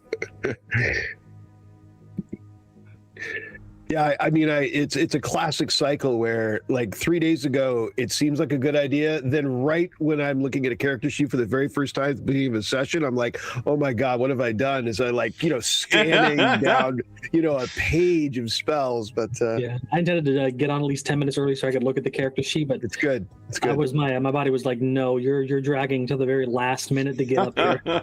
Yeah, me too. Well, you know what? I think, I mean, you guys can correct me if I'm wrong, but it feels like there is especially Aldrich's got a fairly big list of them, but they're all like a sentence to what the spells are. So like, I mean, after 20 minutes, and it's I've been awake a little longer. It gets all better. So let me bring you over to where we are, guys. Elmeric, you be the first one to poke your head through.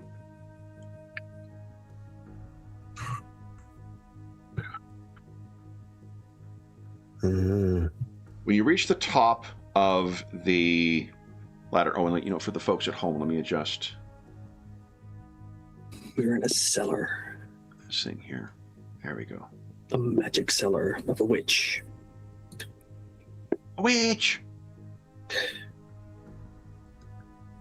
All right. So.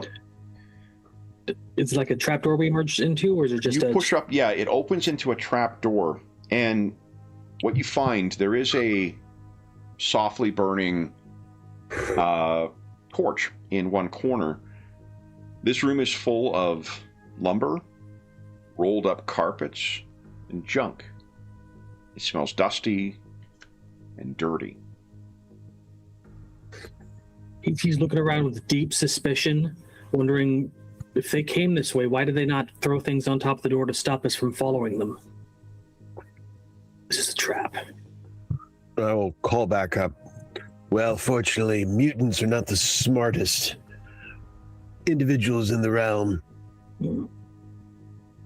That said, he just climbs out, holds the trapdoor open so Aldrich can get up here. Okay. I'll climb up.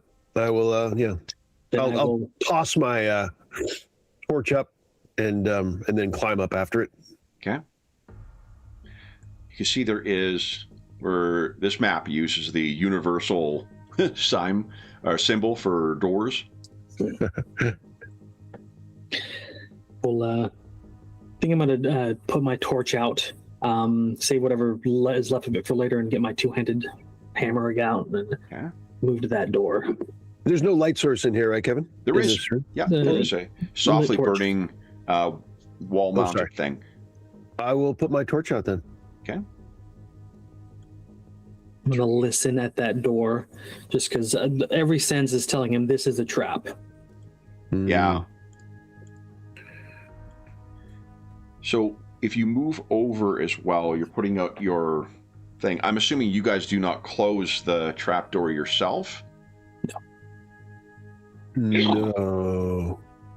It closes on its own. No visible explanation. No. I look at Elmeric and tighten the grip on my hammer. Told you it was a trap. Indeed.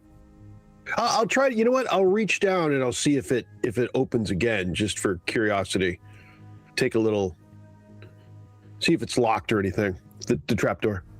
If you pull on it, what it appears is there is a little like lever, but there's no door any longer. There's a handle but no door. There's a handle but no actual door. The handle to what you can tell seems just part of the floor now. I'll look at Elmeric and shake my head. Well, no turning back. Not that we would. Sigmar be with us. Well, if we're trapped here, no subterfuge. I'm gonna kick that door open. Indeed. So did you want to listen at the door, or are you just gonna kick it open? Yeah, it was just to play it safe. Let's listen. Okay. Give us a perception at easy, so plus 10. Okay, 10. Please. I don't. There we are. Okay. Oh, easy is actually plus 20. Routine is plus 10. Okay. All right. as you listen at the door, and you got 5 degrees of success. 6 if it is an extra plus 10. Oh yeah. Something chopping? Like, it's not in the next room. It's very distant, but you did roll quite well. So it's almost like a couple rooms over. Poke. Like maybe something's chopping or like hitting with a hammer or something. Like a small hammer, not like a war hammer. His gut twists as he imagines his brother getting chopped into bits to feed these beastmen or mutants. Yeah. Uldric's thinking the same thing. Okay. Yeah. Grab the handle of the door and, try to open it, but he's using so much force it's going to squeak under his strength. Holds himself back. Peek his head It's out. taking away I got to adjust that fucking level. The upside to having the level set or the limiter set the way it is now is I never hear Anna on. Like I'll hear it, you guys will hear it. It never shows up on stream, but it means that whenever I do sound effects or onomatopoeia or stuff like that, it just is lost for the stream. We heard the door noise, so I can. Yeah, you guys can hear it. It's just that it's when I make that sound, the limiter means that the stream doesn't hear it. Huh. Yeah, I mean, Smile, it's a fix. I know what the problem is. I just need to fix it. Maybe I'll do that this weekend. Yeah. All right, so door is opened, and what you can see is a sitting room. Armchairs with dust covers, cloth-covered tables, and dusty rugs fill this room. I'm gonna move on in here, get an idea of what I see. That is troubling. On the right,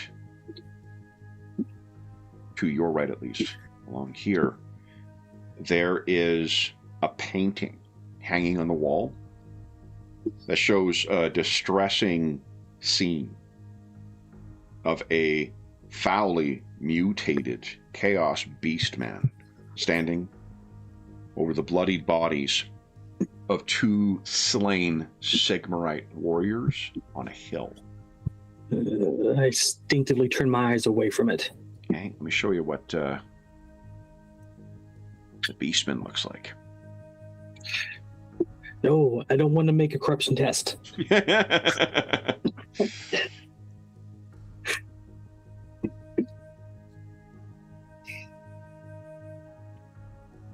There you go.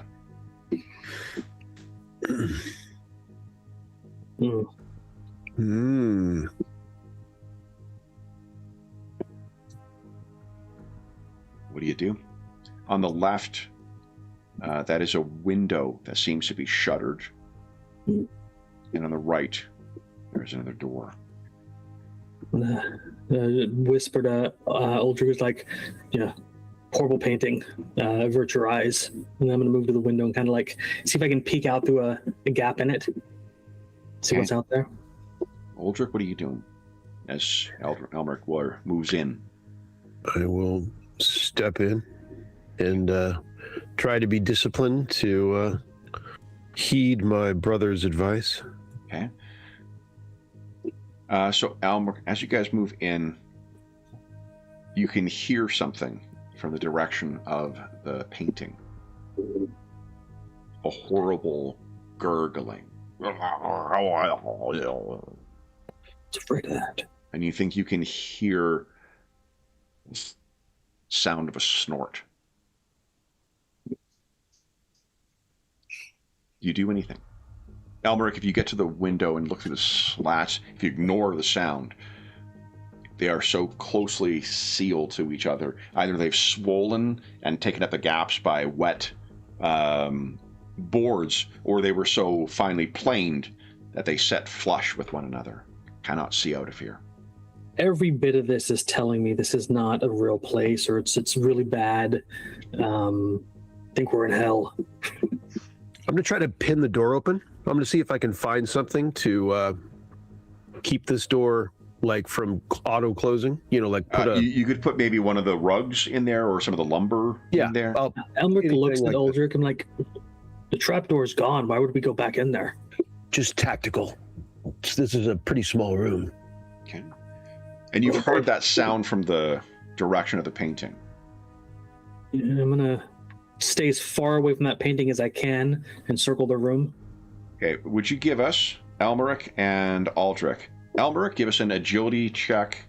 Oh, make sure you're taking off your temporary modifiers too. You probably have done that already, but give us a agility check for Elmeric and agility check with plus 10 for Aldrich. Please.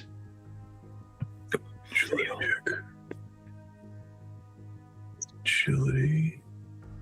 Just for 10 like o'clock, everyone gets a fortune. I would like to spend that to re-roll that. You got it. I still failed. I mean, it makes sense because you're also closer too. Here's what happens. As you're stepping along, you hear that gurgling from the painting once again. And then there is a spray of blood that just fills the room. Elmeric, your eyes are... you get hit in the face, you'll be suffering minus 20% on agility checks for the next 2 rounds due to partial blinding. To agility checks, okay. And to make things perhaps worse, when the blood finishes pouring out, the beast man steps out of the painting and into the room. Let's go here. There he is. And set his wounds. Guys, let's roll some initiative. Initiative. Okay. It's 1d10 plus his agility. 42.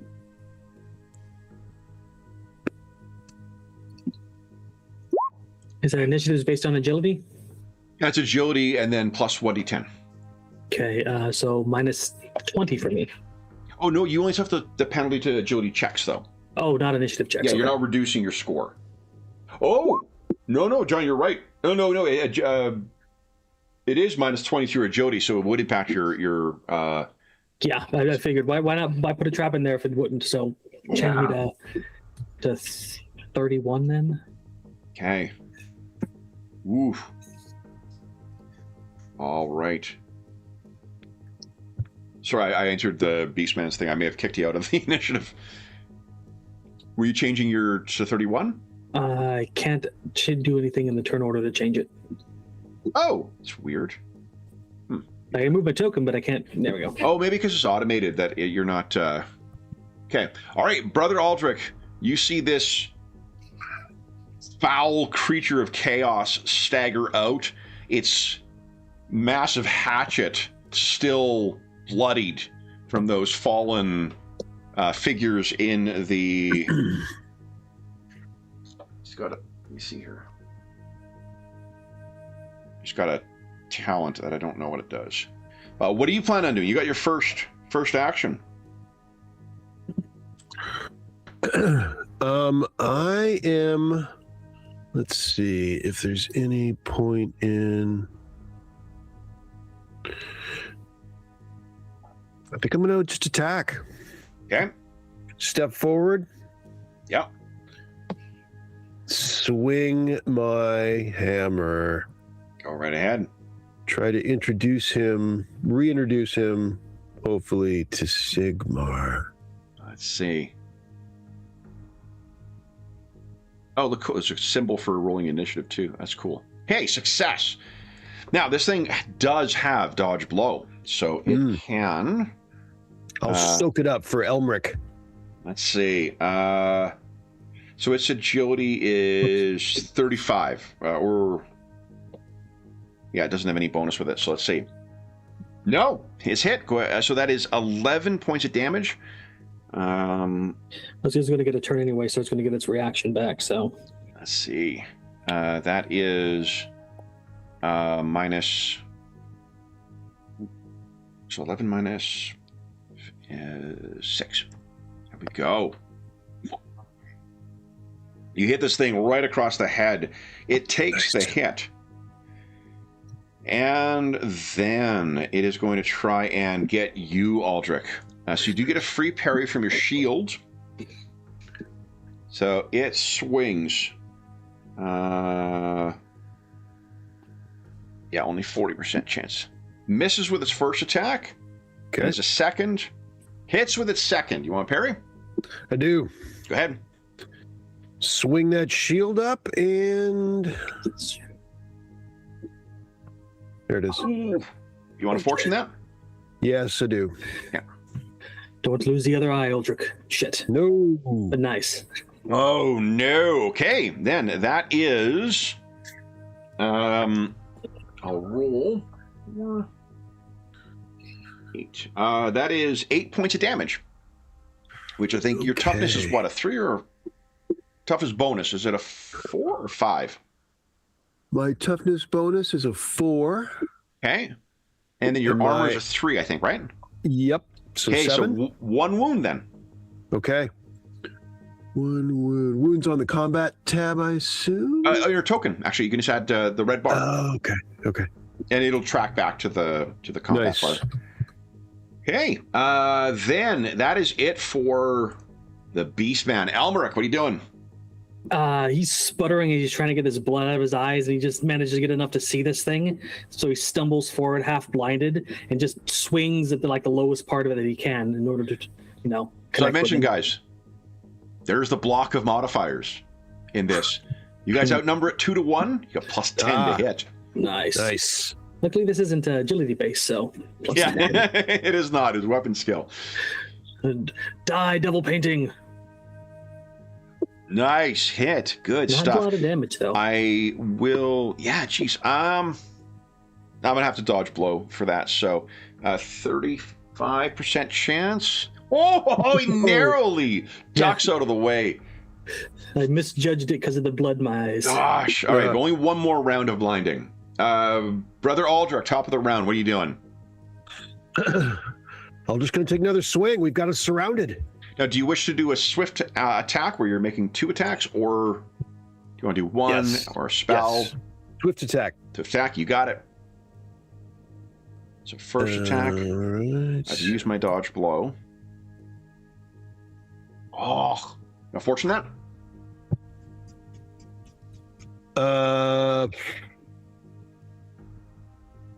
Yeah, I'll use it. Oh, jeez. But we're not playing with critical fails, so. All right, second attack. Okay. Nice, there you go. All right, and that is 6 points of damage. That, unfortunately, where did it hit? Hold on. The body. Nothing. Not enough damage. So you do you swing the first time, and just in the chaos of this melee, you miss with the first one. You manage to hit with the second one, and this thing just seems to snort at you, like on its turn. First attack on it is 2 attacks. First attack on Aldrich, miss. Second attack. Miss again. Nice. It is just trying to get in on you, is not able to get through your defenses. Elmeric, what are you doing? Last round of blinding. He is going to all-out attack. Plus 20, 1 attack. And then another additional plus 10 because of the gang up. Yes, exactly. Okay. That is a solid hit. 13 points of damage, and that's to the right arm, not armored. So that is minus 5 is 8 damage. Oh, look at this. Next hit is a crit. Brother Aldrich. Set you up. Take him down. Yeah, I see him wobble. I see it wobbling, and I'm like, Sigmar. Swift attack. You got it.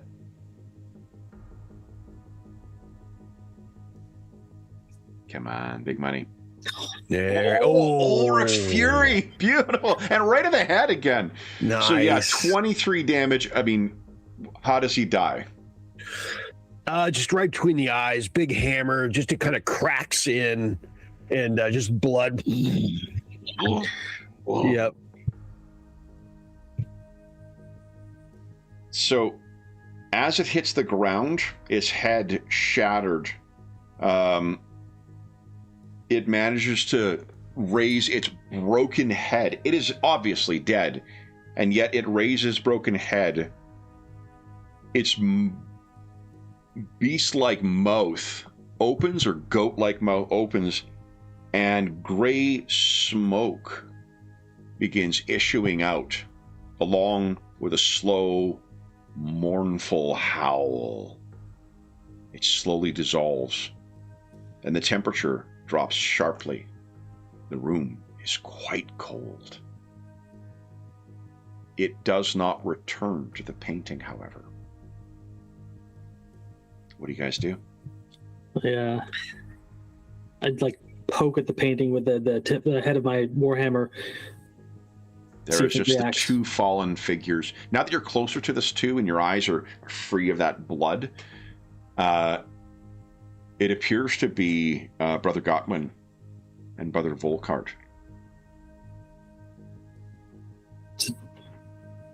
But he was testing to see if it was like a portal to another realm or something. No. But the painting itself is a remarkable depiction of your two brothers. I'm gonna pull out the fallen symbol of Sigmar I picked up and press it against the painting, and say a prayer to Sigmar, and then try my best to rip the painting. I mean, with your strength, you easily. Yeah, just stab the symbol to like slice it down the painting and try to destroy it. Aldrich, you have taken one wound. You do have a petty magic spell that will restore just a single wound. If you wanted to. That sounds delightful. Emmerich was fearing the painting had their souls. Yeah.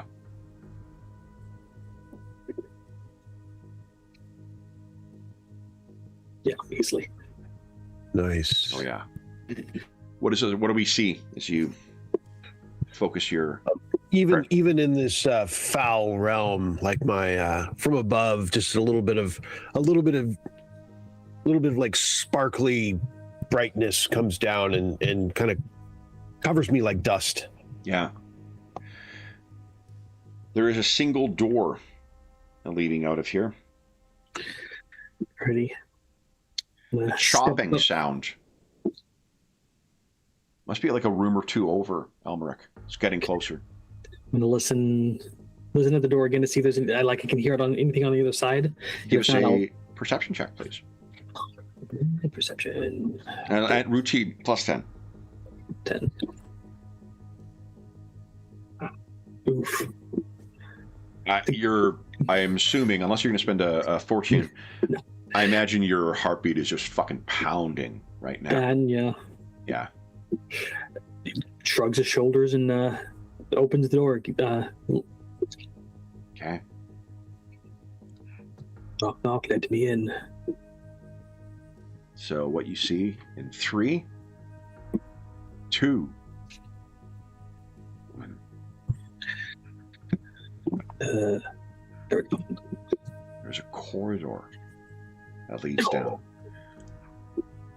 You can see there are lights burning in wall-mounted lanterns. There is a door right here. This is the source of the chopping. Oh. If you're on a different layer, I couldn't see the arrow. Oh, sorry. Yeah, I'm definitely on the lighting layer. Right here. Okay. And the lighting is here and here. Definitely moving in then. You can hear it again.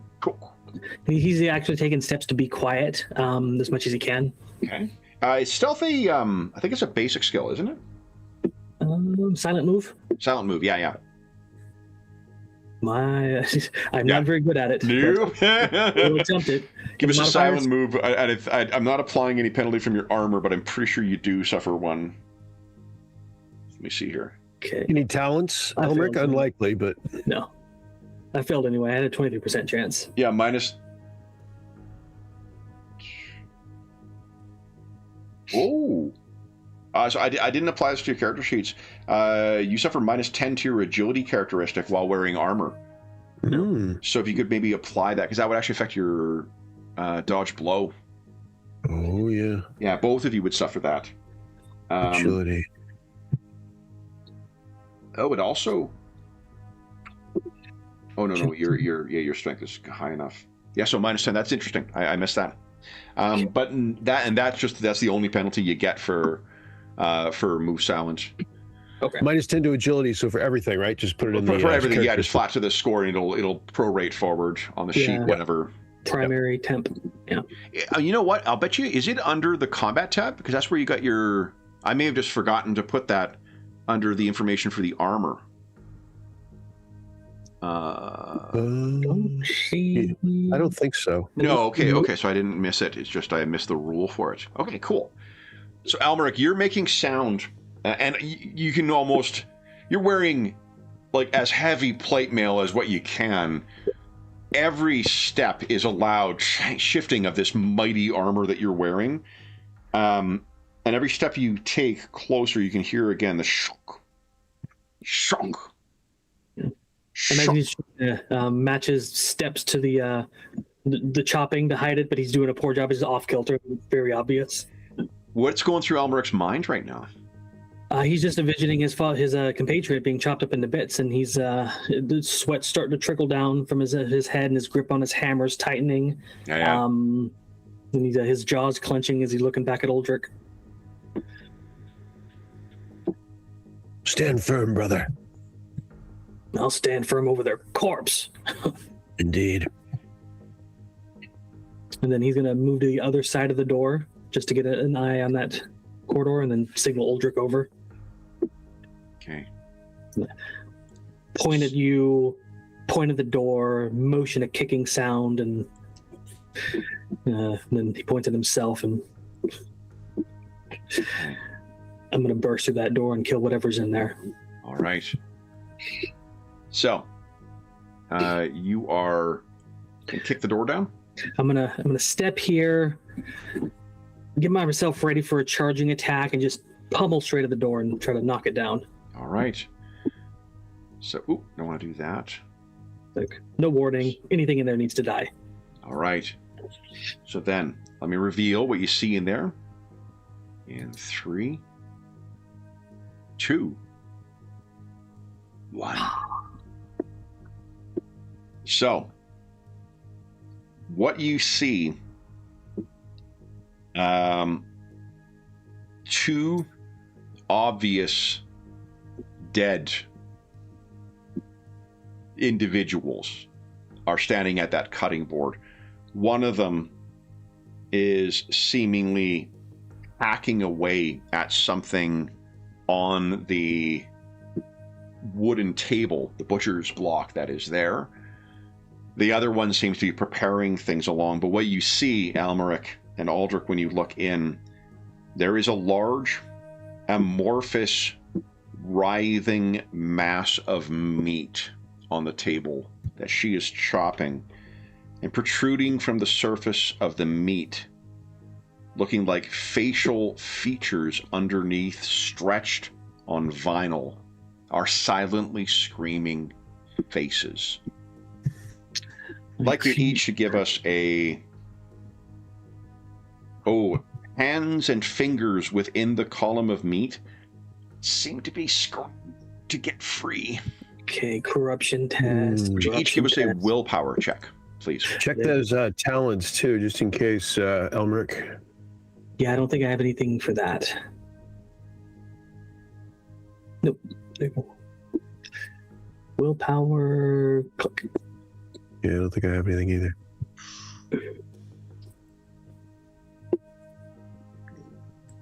I think I'll spend a point. Yeah, okay. I kind of want to keep my sanity. Hang on just a sec. I may have a spell. Let me just, I think. Is it a reactionary spell? Well, I mean, since we're not in combat, I mean, I might be able to take a moment. I've already kicked the door in. Whatever you think. There you go. Okay, so you've succeeded, Brother Uldric. Spend a fortune as well, or the consequences of failing is not that you're feared, but you do gain 1 point or 1 insanity point. Would my talent help? Let's see. I'll read. Talent. The only thing that talent does is it means you can gain more insanity points before potentially breaking than what most folks can. Yeah, the only reason I decided to do that is because Elmore was already expecting something horrible inside, but not that. Yeah. That's that's worse. I think I'll try. I haven't tried the blessing of courage yet, and I think. So is it a half action? It's a half action. Yeah, I don't think. Let's see. Where's blessing of courage? That's just for fear and terrified, right? I have to have a tuft of dog hair. Yeah, and the thing is, he's also. Oh no, the tuft of dog hair just potentially gives you a bonus. But the thing is, you're not frightened and you're not terrified. Oh, okay. All it is just you're gaining 1 point of insanity from. Oh, okay. Yeah. Gotcha. So, does that change your mind? It's a good thought because if say Elmeric was in the same position you were before, that's absolutely what that spell could do. Yeah. Is you I was considering you before, but he got out of it. So, do you want to spend a fortune point to re-roll that willpower? Yeah, we'll do it. Okay. Here we go. Yeah. Oh my God. It's not that bad. Oh my God, it's worse. It's terrible. Okay. It's terrible. So 1 insanity point at Aldrich. I actually don't know where that goes on the sheet. Insanity. Not under primary, maybe under combat? Right. I was going through the same. Background, maybe? Insanity points. Far right, second over from the far right. Oh, yeah, IP. There it is. Insanity points. Oh. I love that the thing turns into a little quill when you can edit it. When you can write on it. Yeah, that's cool. Oh, yeah. You can't. There's a little X over it or something. So. Yeah. That is cool. Okay. Design a sheet. Good job. Yeah, it's a fantastic looking sheet. All right. However, guys, let's roll some initiative. So you have some zomboids that need to be addressed. Glad you said that, and it's not the quivering mass that we have to fight. Not yet. Yeah. Quivering mass. Okay.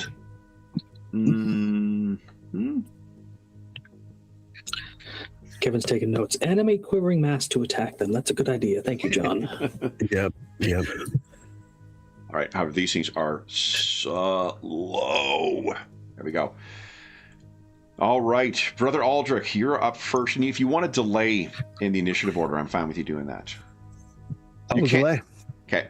So I'll put you after. I'm slower because I typed in that penalty for armor, but yeah. Oh, right. Yeah, the armor. Okay. So Elmeric, what are you doing? The way these things are reacting by like picking up kind of a carving knife and picking up a butcher's knife, they seem. So based on his trajectory, I think he's heading this direction. Okay. So he is moving over there, and he is going to stop, pivot, and swing his hammer and try to hit this thing in the head. Go right ahead. Called shots a thing in this game? They are actually, yeah. If you want to hit an unarmored location, the head and the for this thing, its head and its limbs. No, its head and its legs are unarmored. Otherwise, it's just got a little bit of basic armor on. Let me tell you what the penalty is, though. It's in the combat section. Here we go. All right. So it's a random hit location. Let's see here. Well, you know what? It's going to be on the block O modifiers, I'll bet you.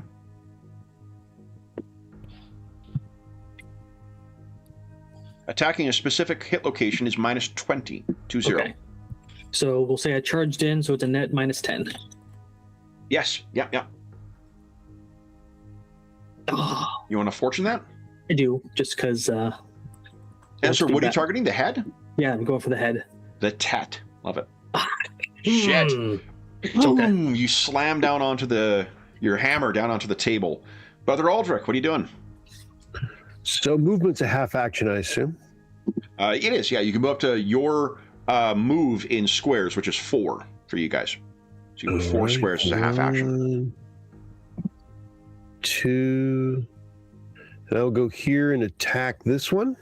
Go right ahead. All right. remember, one of the options you could do is all-out attack plus 20% to your attack, but it means you can't parry or dodge until the start of your next turn. All right, I'm going to hold off until I see exactly how tough they are. Yep. Good call. Okay. We go. That is a hit. Right Smack. arm, which is okay. So then their toughness is a 4, so that's 5 points of damage. Look at this. Oh, you hammer this thing. Yeah. The way it moves. Oh, good. Sorry. Okay. Would my priestly knowledge suggest to me that these are in fact undead? Oh, 100%. Yeah, these are zombies. They qualify. The way that they shamble around. There's generally like necromancers make regular use of these types of things. They are what you know is that they're also quite slow. These things and skeletons, unless there's something special about them, they are unable to run. So you can outrun them. It's just that they shamble forward and give no sign of pain or anything like that. All right. Probably quite strong too, because undead strength. Ooh, quite possible. Okay. All right. So then swinging its cleaver at you, Aldrich. Ugh. More meat, it says. It speaks. All right. I'm less afraid narrowly misses you, Aldrich. Swings at the cleaver, narrowly misses you. The one engaged with you, Elmeric, brings it seems to have been like spicing things, I guess. So there's like a large, heavy tenderizer club. It swings at you, misses as well. Brother Elmeric, what are you doing? Because it's so tight quarters in here, he's not going to go for big sweeping hits. So he's just going to raise this thing up high above his head and slam it down on it. No targeting, nothing like that. Just Are you swift attacking or are you all-out attacking? What are you doing? I'm going to swift attack it. Attack it. That means you got 2 attacks. Go ahead. Combat. Okay. These things cannot dodge blow, unsurprisingly. There you go. Big hit. Okay, so 10 points of damage. Right arm. Oh, nope. I'm so used to subtracting from these things. When we're playing in games where we're tracking up, routinely we'll fuck it up. All right, so it's first hit. And then he's going to, narratively look around for something to kick off of so we can get more room for a swing and then try to get him again. Go right ahead. Die, you undead abomination. And that is enough. You crush this thing, and it falls to the ground, a broken corpse. Aldrich, what are you doing? They did this time. Yeah, I'm going to smash this thing. I think, swift attack. Yeah. Everyone gets a fortune. Nice. Ooh. That's only your first attack, though. Do you wish to fortune that, or you want to just make it? I think I'm just going to press ahead. Okay. Second attack. Oof. Oh, man. Do you want to fortune that? I'm going to hold off. Okay. All right. It once again swings its cleaver at you. That is a miss. Brother Elmeric, what are you doing? I guess you could stagger up here, maybe.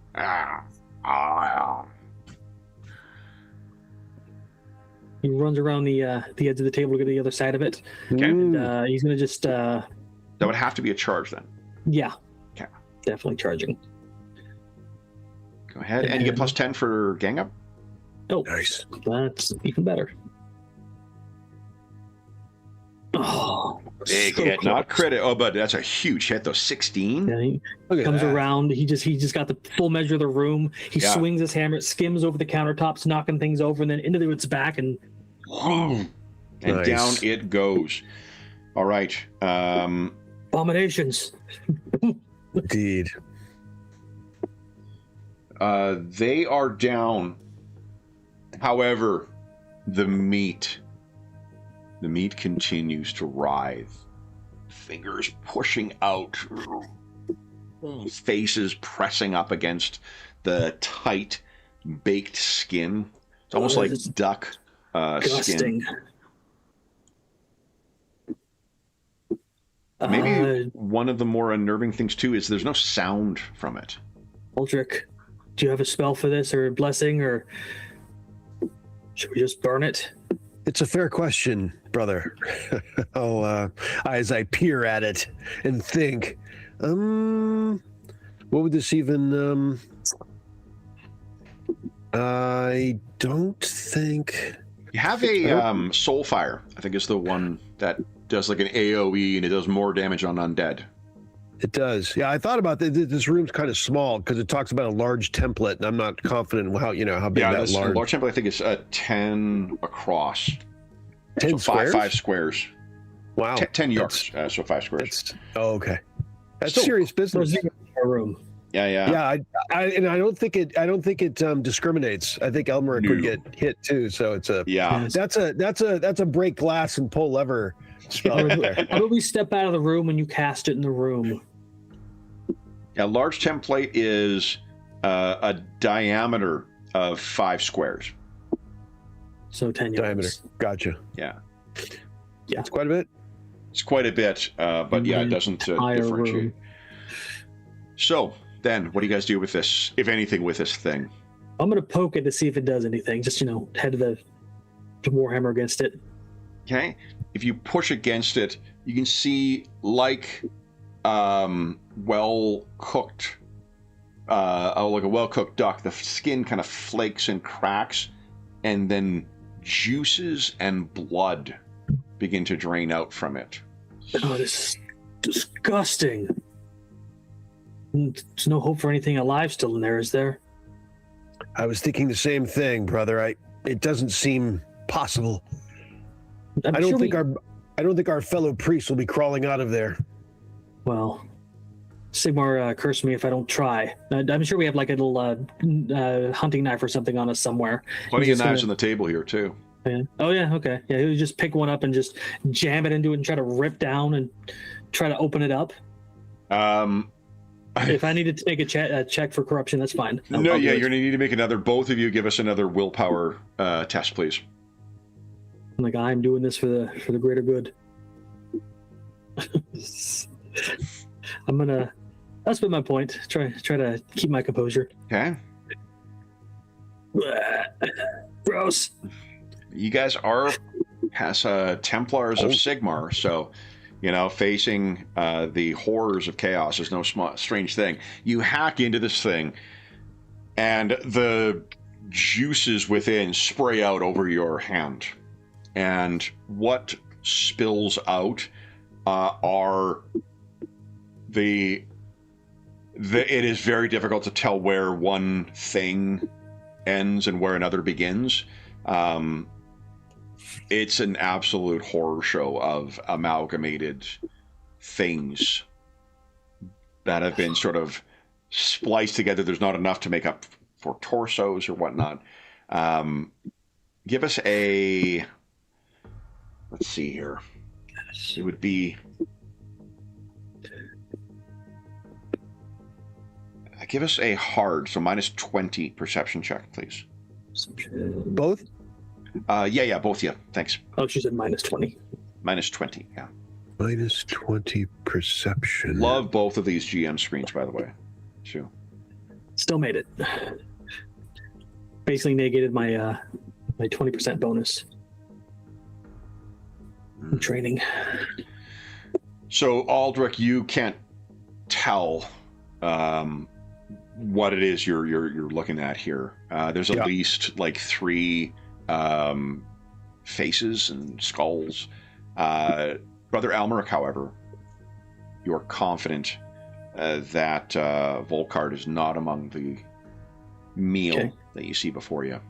The look passes over his face. So he's a knight. He's been in combat. He's seen the innards of people spilled out before, and he knows what to look for to identify friends in the mess. And he's kind of his face is like, and then it like relaxes just a bit and says, "He's not here. Torch it." All right. And he's gonna walk out of the room, get out of the blast radius. So what you see in here, there are 2 other doors leading elsewhere within. One here.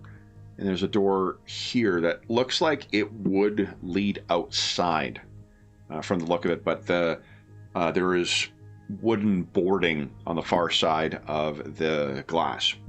it would be a door you should be able to look through. Well, let's look through the door. Okay. You're going to have to force the door. Yeah. Strength check. I will be more than glad to. It's the door it's stuck on there.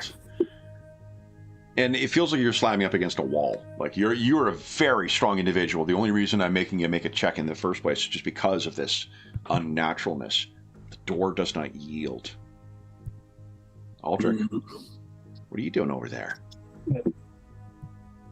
Move back here so I could possibly see over Elmic's shoulder, as the door opened was my idea, to hurl a comet past him or something. But, yep.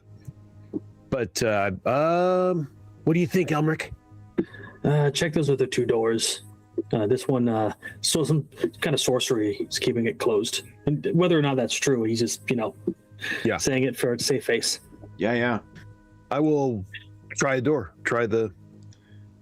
You're able to open both of those. Okay. And what you see within, these are storage chambers containing sacks, tin, boxes, jars, and bottles of foodstuff, mostly turned to dust by age. You do notice, I think, who's got the higher base? Elmeric. You have a higher base. Oh, no, that's your strength. You're equal for perception. Mm-hmm. Aldrich, since you're the one who said you opened the door, let's give it to you. You're looking at one of the jars. Jam, it would have been. And it is labeled Kappelmuller and Sons, Delbers. And there is a date that is listed on it. The date is 200 years past. I will I will nod at it to Elmric with a shake of my head. So the foodstuff's in here. At least this jam, it expired 200 years ago. Stomp over there. Is it like a big jar or small jar? Small, mason jar size. He'll pick it up, stow it. Just it's kind of like we found this jam in this place, so. Like it's not jam any longer. It's like it's dust, moldy goo and whatnot. But it is evidence of.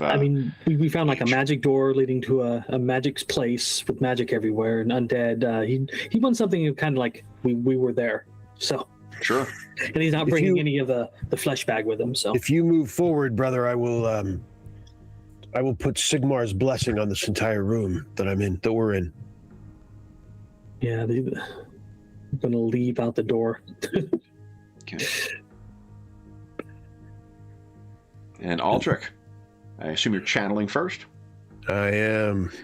I notice now that it has a drop down by the channeling of what kind of armor you're wearing. Yeah, but yours, because of your armor caster right? thing. Yeah, the reason you can't like add it and then take a modifier. So you would have a -3, but because of your armored caster talent, it negates that. Just double checking since I just. But yeah, you're right. Like, it's a cool thing. That's why Elmeric's got it -1 for his because his plate would give minus, or maybe it's either -1 or -2, but he reduces it by 2. Nice. Big. Okay, so channeling was successful. See some soul fire. Is this like a burst out from him, or is it just like in an area? What's the range on soul fire?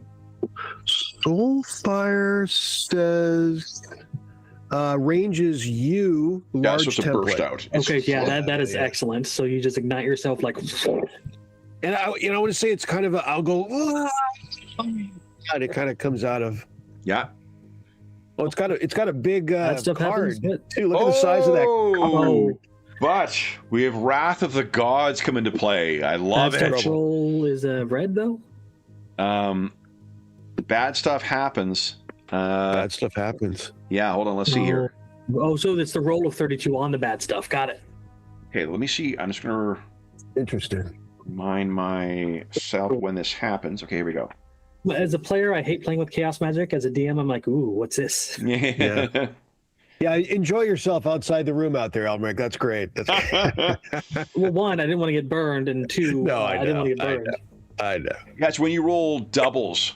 So that's the risk of rolling with more dice, is when you roll doubles. That is when the Wrath of the Gods come. Wrath of the Gods, a 32. You try my patience. You cannot cast another spell for 1d10 rounds. The spell still works as long as you made your casting roll, which you did.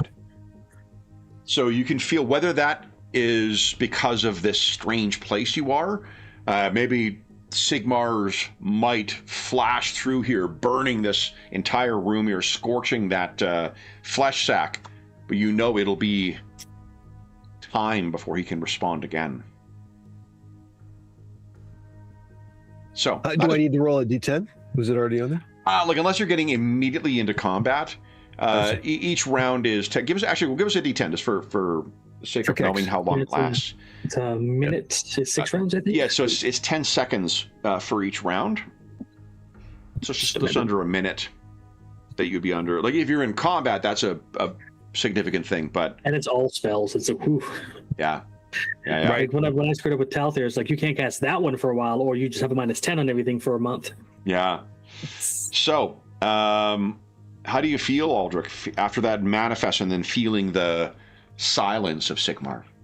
So I think it goes off, and then he stumbles and has to catch himself on the table, throwing some cups on the floor, and kind of leans over it, catching himself. He says, "Sigmar, don't leave me!" He cries out. Yeah, I'm like thunk and looks in. Is like, "Are you okay?" His blessing came, but he's left me. I know he'll return. And I'm like kind of like saliva hitting the table, and I'm sort of sputtering. Do I notice what the that abomination on the table looks like? Oh, it's consumed by your soul fire. Indeed. It's gone, brother. It's Sigmar took it with him. Yeah, so armor offers no protection. Give us a 1d10 roll, Aldrich. 1d10 exclamation mark +5 if... Okay. Let's see here.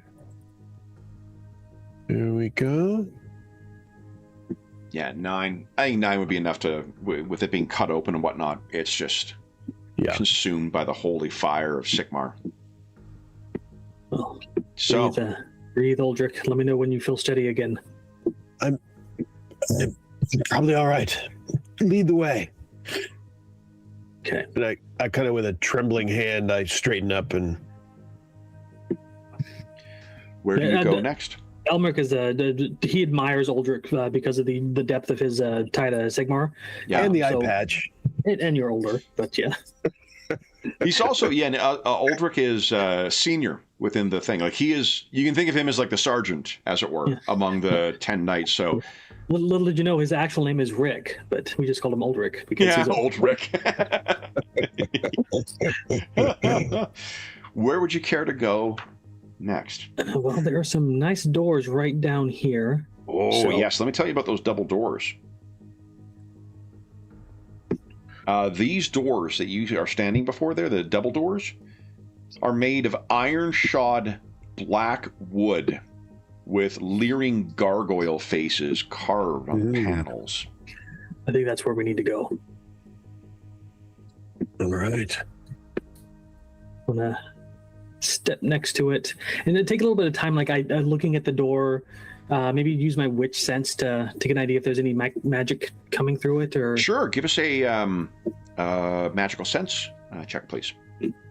So see if I'm nice.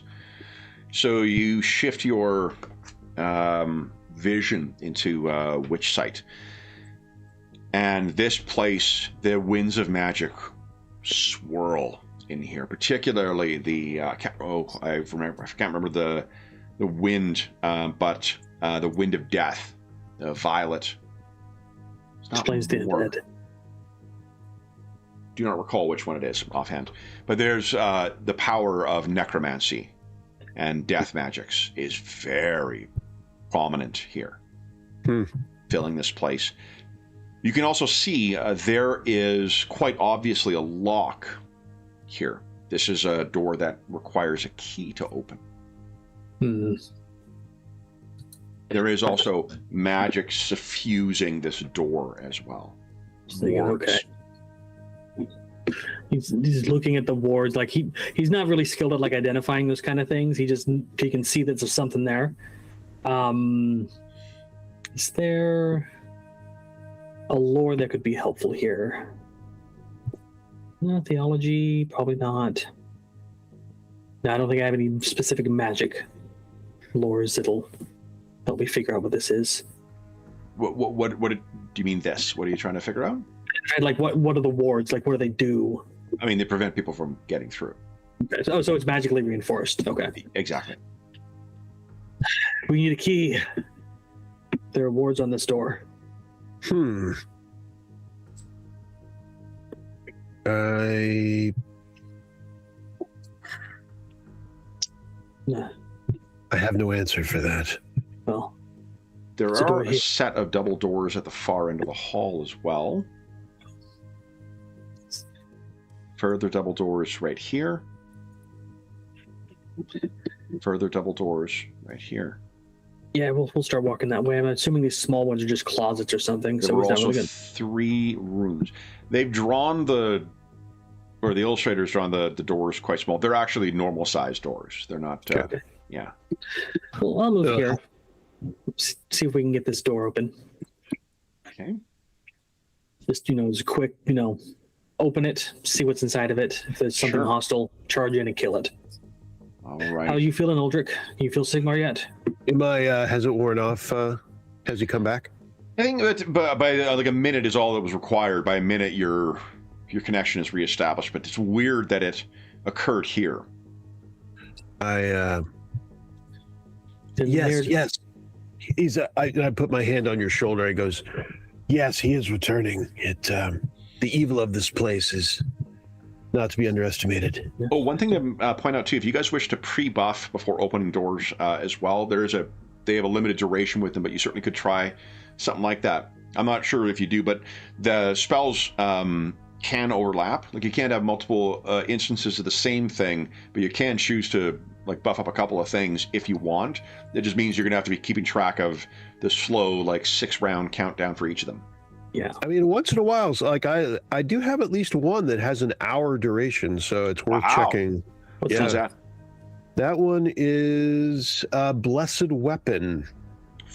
Oh, that's the one that gives it the impact. That's a pretty fucking cool one. It is not. Oh, no, it isn't? It's the magic one. You enchant 1 melee or thrown weapon or up to 5 shots of missile ammunition, making them count as magical.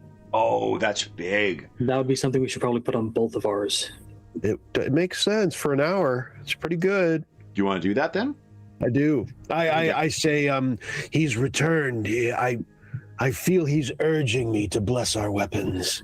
Are you sure that's just not you risking poking him just to make sure he's still there? I ignore that, and I just immediately go right to your weapon. Do you wish to channel before? Yeah, I'll channel. Yeah, in Elmer's mind, he's trying to figure it out because this Aldrich is much better at the priest thing than he is. He says maybe he put a little bit too much of himself into that spell, and that's why he burned himself out. So then give us a channeling check there, Aldrich. I see Elmeric's furrowed brow, and I mutter, "Don't overthink it, Elmeric," as I reach for his weapon. And You're blessing his first? Yes, I'll bless his first. Okay. So give us your channeling check. There you go. Successful, nice. And then go ahead. So this is where I guess the decision of how many dice to roll comes in, because the doubles is what triggers Wrath of the Gods. Oh, that's why they ask. Yeah, right. Total? I mean, Sigmar is with us again. It's actually pretty low. It is to your question. It's 6. Oh, you probably get away with that. Probably get away with 2, especially with channeling. All right, I'll do it. Let's take a risk. Let's see. Let's stretch a bit. Stretch the options. Okay.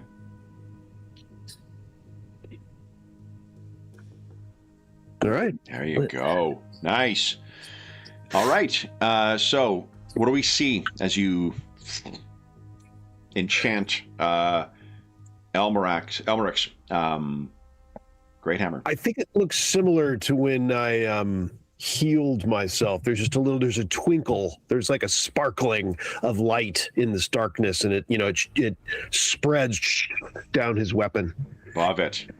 And then your own Aldrich. Remind me, so the casting, just for my knowledge, it adds 3. Is that how much did it add? Channel, yeah. It adds an amount equal to your magic characteristic. Oh, to your magic. Gotcha. Yeah, and your magic characteristic is a 3.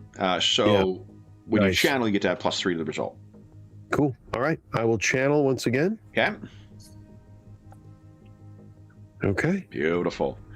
Also, it's neat noting you can load custom images for each of your spells if you want. Oh, wow. Yeah, the sheet's kind of it's neat. That is pretty cool. All right, here we go. There we go. Success again. Oh, you went with 3 this time. Love it. Oh, yeah. All right.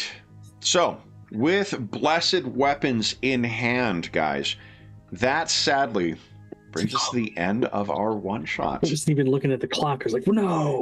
Yeah.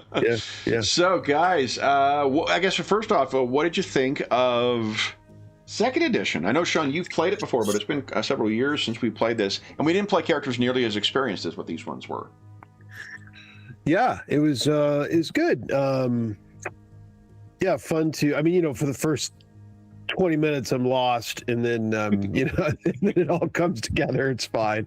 Yeah, good. It was good. It's also, I mean, there was a lot going on here because different PC, different system, different experience with 2 players too. Like that's I think it offers a lot. It's a little bit, it's quite a bit to handle given everything else because there's so much spotlight time. Like you can't hang out a little bit like you can with a party of 5. Yeah. Because Pete, what do you do? Jim, what do you do? Sally, what do you do? Like you get a little time. And this one it's just it's all the time. You're just you're on quite a bit. Yeah. So but that being said, so it puts a little bit of pressure considering it was a new PC, new setting, not new setting, but new situation, but there's a lot of pluses to, I think, a concentrated party like that too. You get a lot of interaction and so it's fun. There was some good aspects there. Yeah. Good. What about you, John? What you think of Warhammer? This is the first time playing fantasy roleplay second, right? Yeah. Pretty much Warhammer. Your channel is where I got introduced to this stuff, so it's all new stuff for me. It was great. I mean, after the initial what does this do? How does that work? I was in it. So awesome, great. Well, that was fun. Yeah, this is all canonical for our main campaign too. So we know that there are 2 knights there are now 5 knights, 1 dead. 2 dead, I guess, with brother Godwin, 2 missing, and then 3 missing as well. So, and this is part of the party of the witch hunter, and that we only met up with 2, right, out of the 10. You've met all of them very briefly. You only spoke to brother Ingvald, I think, and then the witch hunter. So, yeah, this is what's been going on in the Dernbach lands while you guys were in the forest and then traveling across and dealing with the Rasburgers. So when we come across 2 destriers that look like they're aiming around without riders, it's a good inside joke. Yeah. Well, and also we do find ourselves in a situation where it's just the 3 of us again. We return to the house to see what happened to these fellows because we don't know what the outcome is of this yet.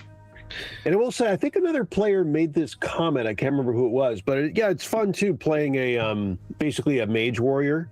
Has its own little, you can always swing a big weapon, but you've got some stuff you can do too. It's fun to play those options. So, Kev, when I was interacting with that flesh bag thing, I was just, purposely doing it just to squick people out on YouTube because And Good Wayne, job. he went right into it. He's like, that's disgusting. And then he's like, taste it. I'm like, no, wrong direction. Well, that's great. All right. So then, for those listening at home, thank you so much for joining us for our a Warhammer story, one shot for Warhammer Fantasy 2nd Edition. As is always the case, if you have any comments, questions, or concerns regarding the session, the regular campaign we play, or the game we play today, please don't hesitate to leave a comment in the comment section down below, and I'll endeavor to reply in a timely fashion. There's also a link down below to the Dungeon Musings Discord server, where we have a channel dedicated to the many Warhammer games we run on the channel, as well as things like Find a Group, GM discussion, virtual tabletop chat, and the other campaigns we run on the channel. There's a terrific, helpful, knowledgeable, and friendly community over there. You are more than welcome to join us. There's also a link down below to our friends at Noble Knight Games. Noble Knight Games is the preeminent unionized retailer of hard-to-find and out-of-print RPGs. Not only do they have an incredible selection of new role-playing games, board games, and card games, they have an unmatched selection of hard-to-find and out-of-print RPGs, so if you're looking to fill your Warhammer Fantasy 2nd Edition collection, they may have many of those books in their catalog. If they don't have something in stock that you're looking for, you can put it on a want list, and they'll send you an email when it comes in, and if you make a purchase of $10 or more through their website, be sure to enter the code NOBLEDM, all caps, all one word. It's in the description down below. That'll save you 10% on any purchase of $10 or more through their website. That discount code will change as of Monday, March 15, 2026. So if you're listening to this after that time, just come back to one of our more recent videos. We'll have the current discount code listed down below. The last thing I will say is an enormous thank you to our stalwart players. It is not a small thing to be thrown into a game on a Saturday morning where you're playing new characters with lots of experience behind them. You guys did an admirable job of using everything pertinent. There's not a single thing that your characters were capable of that you did not bring to the table at an appropriate time. So well done, guys. Thank you very much for the very fun session today. Kicking the hell out of some mutants and getting trapped in a witch house. So, for those listening at home, we'll be back with our regular campaign. Well, we'll either be back with our regular campaign in 2 weeks' time, or if we're down players again, we'll be back with our Sigmarite Templars here. But until we see you again, we hope that we gave you a few hours to take your mind off the troubles of our world and think about the troubles that these Sigmarite knights are finding. Their numbers winnowing down one by one. And until we see you again, stay safe, stay healthy, and happy gaming.